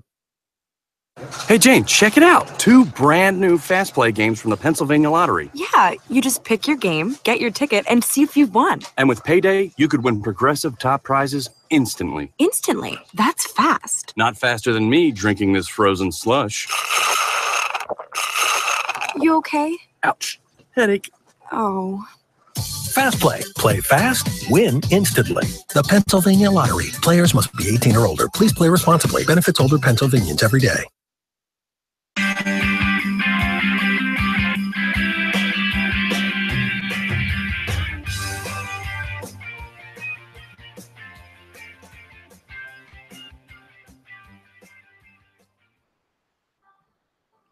As I thought it might be, it's Anthony Carter for the bottom of the 8th inning just to get him some work in. We have had blowout after blowout in this series. Carter was needed for the save, his 17th here on Friday. At the last 4 games have been decided by 5, 9, 10, and tonight sits at 9 with the clubs alternating wins and losses. Carter will be facing Pounds, Gillespie, and Cordero in the bottom half of the 8th. And for the sake of the Barnstormers, it goes by fairly quickly.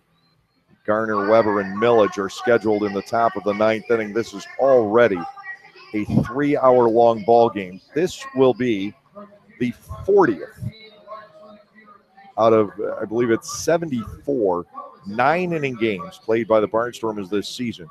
to have eclipsed the 3-hour mark with a high of 3 hours, 55 minutes. Brian Pounds leads off the bottom of the 8th, 2 for 3, a walk and a run scored tonight. He has one of the multiple extra base hits, 6 total for the Sugarland Skeeters. The Barnstormers do have 3 doubles out of their 8 hits. It has not been an atrocious night at the plate for the Barnstormers, although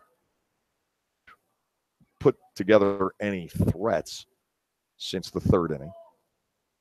First pitch is low to Pounds, ball 1 and no strikes. Carter, as you well know, is tremendous when the game's on the line, and when it's not, it can get rather ugly. His still pretty high despite all the success he has had closing games. Fouled back, and to Pounds it is 1-1. So Anthony still at 4.60 hits and 16 runs in 31 1/3 innings, and yet when he's closing things out, you don't see him get scratched. 1 ball, 1 strike to Pounds with Gillespie waiting next. Here's the pitch. It'll be fouled back into the screen. Make it 1 ball and 2 strikes. 16 hits for the Sugarland Skeeters tonight. The 5th time this season the Barnstormers have given up that many. They themselves have a season high of 17. There's the right-hander warming up in the bullpen now for the Skeeters, and it's not Chris Tribett. 1-2, swing and a miss. Carter puts away Pounds nicely. 1 out here in the 8th inning. Barnstormers pitchers have struck out 9. That is the 8th for the pen. There's Gillespie, who has 2 extra base hits to the right side, his last 2 plate appearances.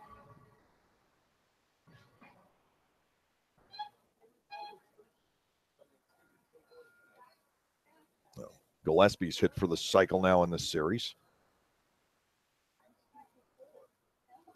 Carter brings it home. There's a strike. It's 0-1. He's looking really sharp out there tonight.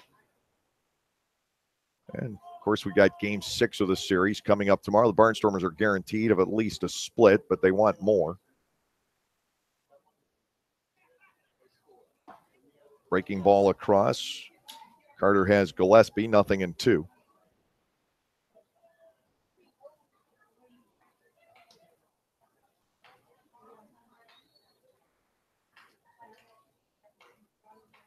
Anthony is ready. Swing and a miss.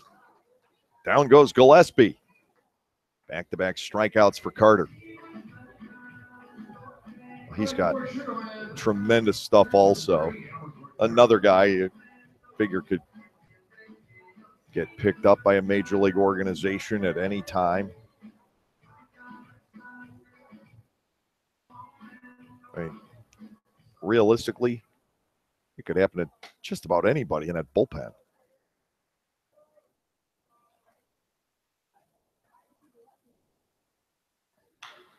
There's a ball hammered out to left field the other way by Cordero, and that's going to rattle off the boards.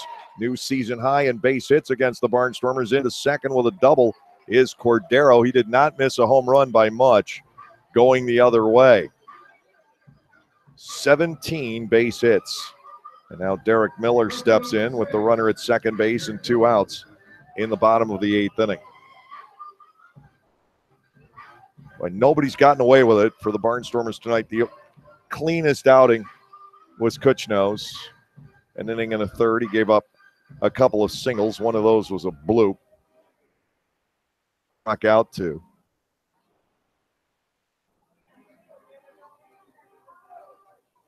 Anderson struggled. Hively was good for 6 batters. Schumann got touched for 4 runs. We haven't seen that all year. First offering to Miller, good for a strike. It is 0-1.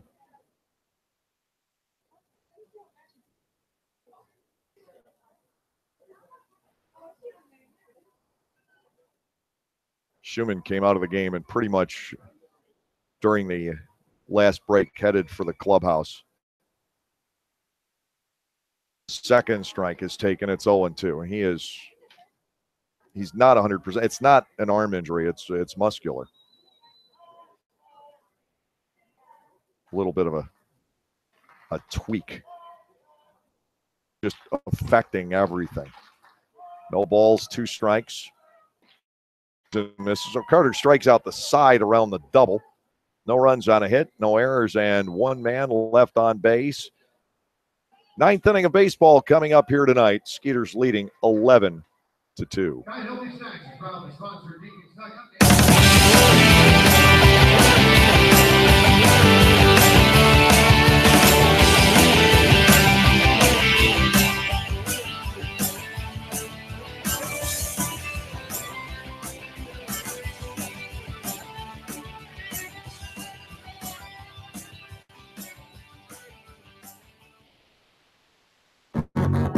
We can't help but always want more, especially on the road.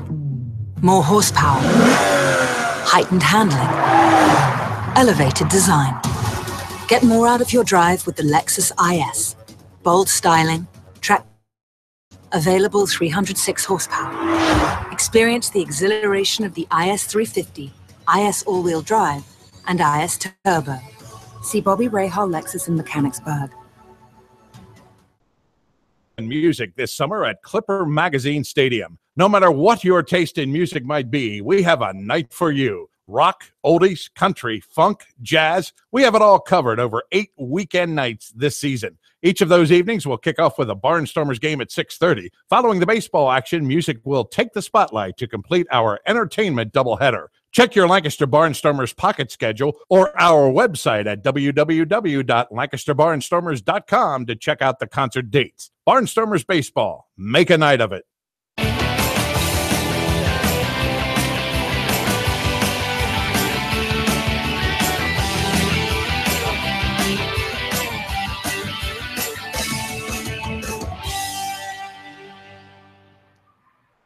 Julio DePaula has to wrap things up here tonight. Cole Garner, Garrett Weber, and Lastings Millage are the scheduled batters against the right-hander. One time with York. As a matter of fact, DePaula in and out of York for a few years.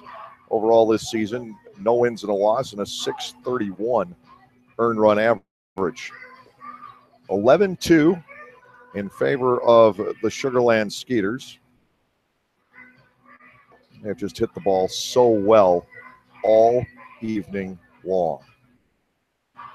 And Jake Hale wasn't spectacular. He isn't all that often, but he was very good and kept the Barnstormers off the scoreboard except for the 3rd inning.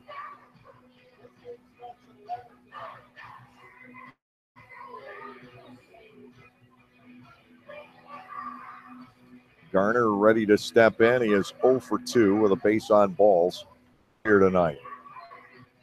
Now, the Barnstormers will not set a new season high for largest margin of defeat. They right now are tied for that.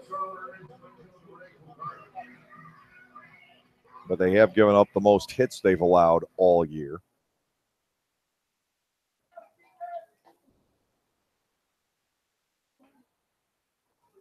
Here is Garner. Cole goes after the first pitch and launches it behind the plate. Coming back for a look is Cordero, but that's out of play. No balls and a strike to Cole Garner.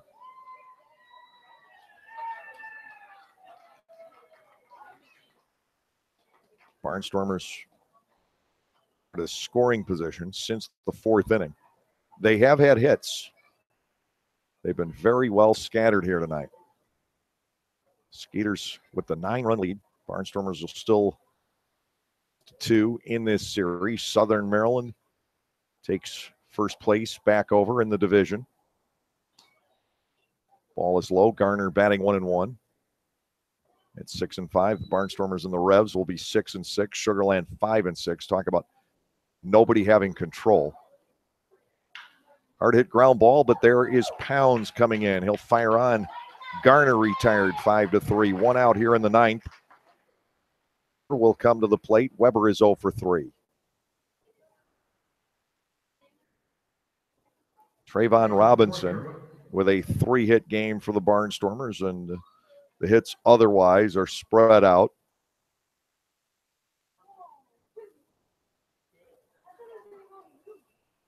It's Robinson's fourth 3 or more hit game out of the last 6. That's how hot he is. Strike on the outside corner to Garrett Weber.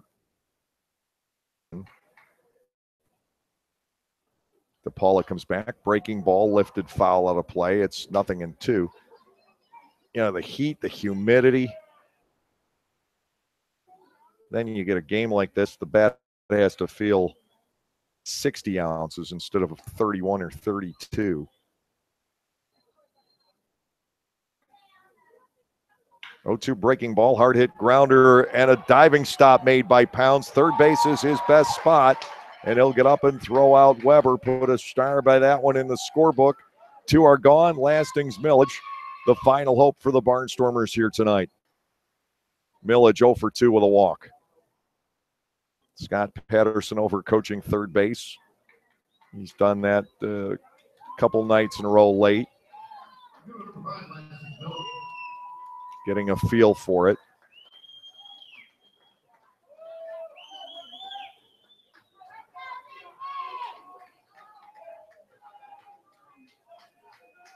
DePaula just trying to wrap it up. Kick across the knees on Millage. It is 0-1. Hopefully tomorrow will be competitive. Evans against Marshall.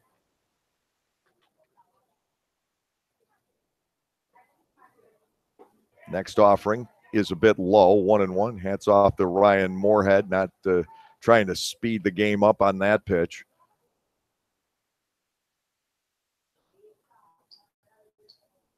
Deck should Millage keep the game going. Strike 2 on the outside corner. The Barnstormers are down to their final strike here tonight. So who is going to take charge in the second half? Obviously, the Barnstormers will need reinforcements eventually. One on the line, maybe a couple of others, maybe 1 or 2 on the pitching staff. Millage flinched with the bat. He didn't go around. 2-2.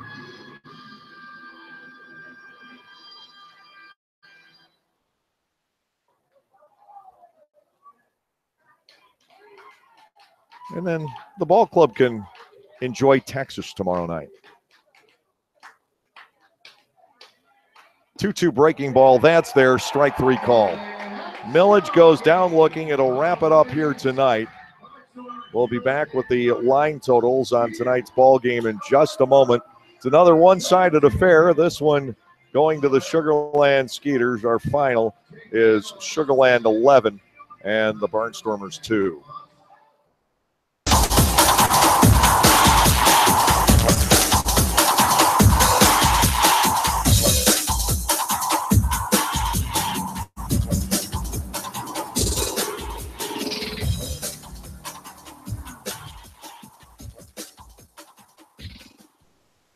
Localflavor.com, local flavor, localflavor.com, local flavor. Excuse me, are you saying localflavor.com? Oh, yeah, it's where I save big bucks on all kinds of things. Home improvement projects, dining out, family fun, electronics, jewelry, clothing. I even bought my wife a fancy spa package for half price. Half price? Yep, you know all the deals you find in Clipper Magazine. I love Clipper Magazine. Well, they're all on localflavor.com too. And you can get them right on your phone thanks to localflavor.com's mobile app. Here, take a look. Look at all these restaurants, amusement parks, car washes, fitness centers. This is worth sharing about. Exactly. Localflavor.com online, the Local Flavor mobile app, and Clipper Magazine together. It's like a triple play. Do the cheer again. I'm in. Localflavor.com, local flavor. Come on, everybody! Localflavor.com, local flavor. Localflavor.com, local flavor.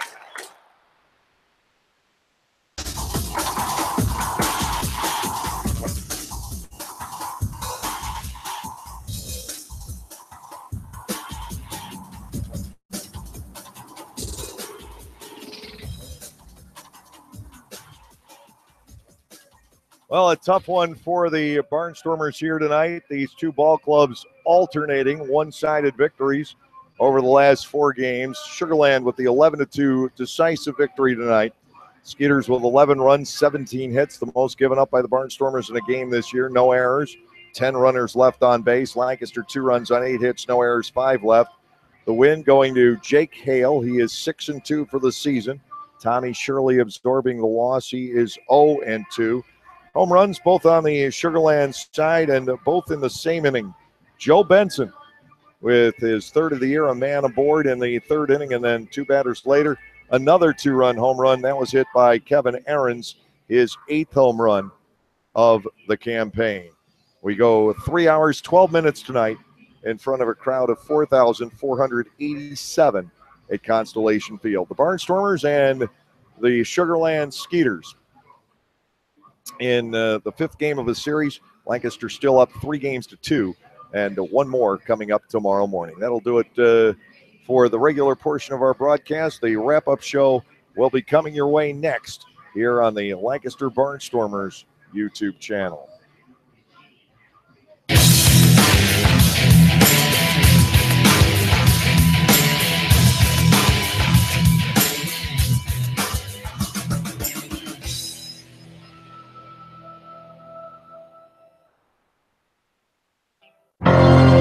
Celebrate the history of our national pastime at the National Baseball Hall of Fame and Museum in Cooperstown.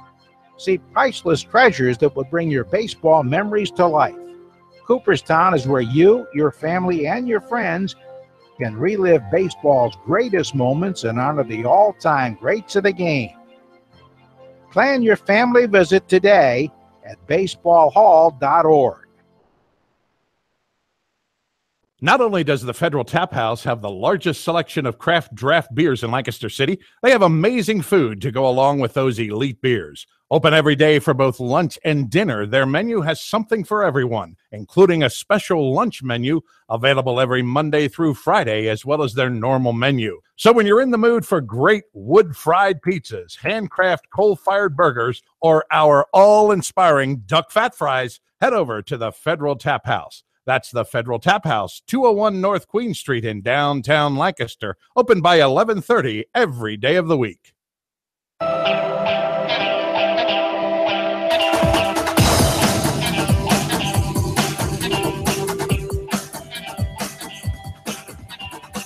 Both times the Barnstormers have lost in this series, they've gotten the early jump, and tonight it was in the 3rd inning, 1 out into that inning. Rico Noel at a sinking liner into left center field. Anthony Giansani tried to make the diving backhanded catch. The ball deflected off his glove, rolling away. Opening the door for Noel to get the second base with the 1-out double. Trayvon Robinson, a dandy piece of hitting from the red-hot Barnstormers outfielder, hit a high one-hopper over the head of the third baseman Pounds and down the line. Another double, this time scoring Noel. And the Barnstormers were up 1-0. Robinson would score on a single to center by Sean Halton. Lancaster had the 2-zip lead. The Barnstormers only got 1 more man as far as second base over the rest of the night. Sugarland just came out swinging in the bottom of the 3rd inning. Leadoff walk from Tommy Shirley to Joe Benson led to a very bad inning, or to Derek Miller, rather. Benson followed with a 2-run homer to left center field. Josh Prince laid down a bunt base hit. Kevin Ahrens planted a home run up onto the picnic deck out in left field. It was 4-2, and eventually Albert Cordero singled in another run for a 5-2 Barnstormers lead. R.J. Hively cooled it off there. Hively was tremendous for 6 batters, and then Brian Pounds got to him for a double. Cole Gillespie followed with a triple into the right field corner, and a wild pitch with John Anderson on the mound made it 7-2, and then the Skeeters tacked on 4 more with a couple of doubles and 3 singles in the bottom of the 7th inning against Scott Schumann for an 11-2 final margin of victory. Barnstormers pitchers tonight did rack up a lot of strikeouts. There were 11 of those in amongst the 17 Sugarland Skeeters base hits, most against the Barnstormers in a game this year. We'll have the out-of-town scores coming your way next right here on the Lancaster Barnstormers YouTube channel. Localflavor.com, local flavor. Localflavor.com, local flavor. Excuse me. Are you saying localflavor.com? Oh, yeah, it's where I save big bucks on all kinds of things. Home improvement projects, dining out, family fun, electronics, jewelry, clothing. I even bought my wife a fancy spa package for half price. Half price? Yep, you know all the deals you find in Clipper Magazine. I love Clipper Magazine. Well, they're all on localflavor.com too. And you can get them right on your phone thanks to localflavor.com's mobile app. Here, take a look. Well, this app is amazing. Look at all these restaurants, amusement parks, car washes, fitness centers. This is worth sharing about. Exactly. Localflavor.com online, the Local Flavor mobile app, and Clipper Magazine together. It's like a triple play. Do the cheer again. I'm in. Localflavor.com, local flavor. Come on, everybody! Localflavor.com, local flavor. Localflavor.com, local flavor. Dave Collins back with you from Constellation Field. Sugar Land winning big tonight, 11-2 was our final score. Elsewhere in the Atlantic League, Bridgeport with a 9-6 win over the Somerset Patriots. Southern Maryland snapped a 3-game losing streak with a 4-2 win at home against York, and New Britain upended the Long Island Ducks by a final score of 8-2. So it is Southern Maryland and Bridgeport once again leading the divisions, but those are very, very narrow leads here in the second half, as nobody has gotten off to a hot start. Nobody has gotten off to a cold start. Bridgeport, the best record in the second half at 7-5. Long Island, the worst at 5-7. Everybody very tightly bunched. The second half really has not taken shape here, 12 games in. The Barnstormers and Sugar Land Skeeters will wrap things up tomorrow morning. The Barnstormers going with Brian Evans on the hill. He'll come in at 5-3. Brett Marshall with a 6-4 record to take the hill for the Sugar Land Skeeters. And we'll have it for you. We'll go on a little bit later tomorrow morning with the Gockenauer Home Appliances Dugout Report. That'll be coming your way at 10:50 Central, 11:50 in the Eastern time zone. The Barnstormers taking on the Sugar Land Skeeters in the sixth and final game for this series down here, the last game for the Barnstormers at Constellation Field in the 2017 regular season. I always love this trip down here. Sometimes 6 days in, it does get a little bit old. Tomorrow night, though, is a night off in Sugar Land, a night off in Texas for this Barnstormers ball club. So after they get freshened up following the game tomorrow, hope the guys have a great night out on the town here in Sugar Land tomorrow evening before getting on the flight and headed back home. They don't have to take the field. Thursday is an off day, and the Barnstormers, I'm sure, will get themselves well rested going into Friday's series opener against the Long Island Ducks. That's the story here tonight. Now for all the cast and crew at Clipper Magazine Stadium, getting ready for the big weekend. Lolo Chariot Friday night, fireworks Saturday night, the Cowboy Monkey Rodeo on Sunday, all part of Farm Show weekend at Clipper Magazine Stadium. The Barnstormers hosting the Long Island Ducks. Until then, I'm Dave Collins. Have a great evening, everyone, and we'll see you at the ballpark.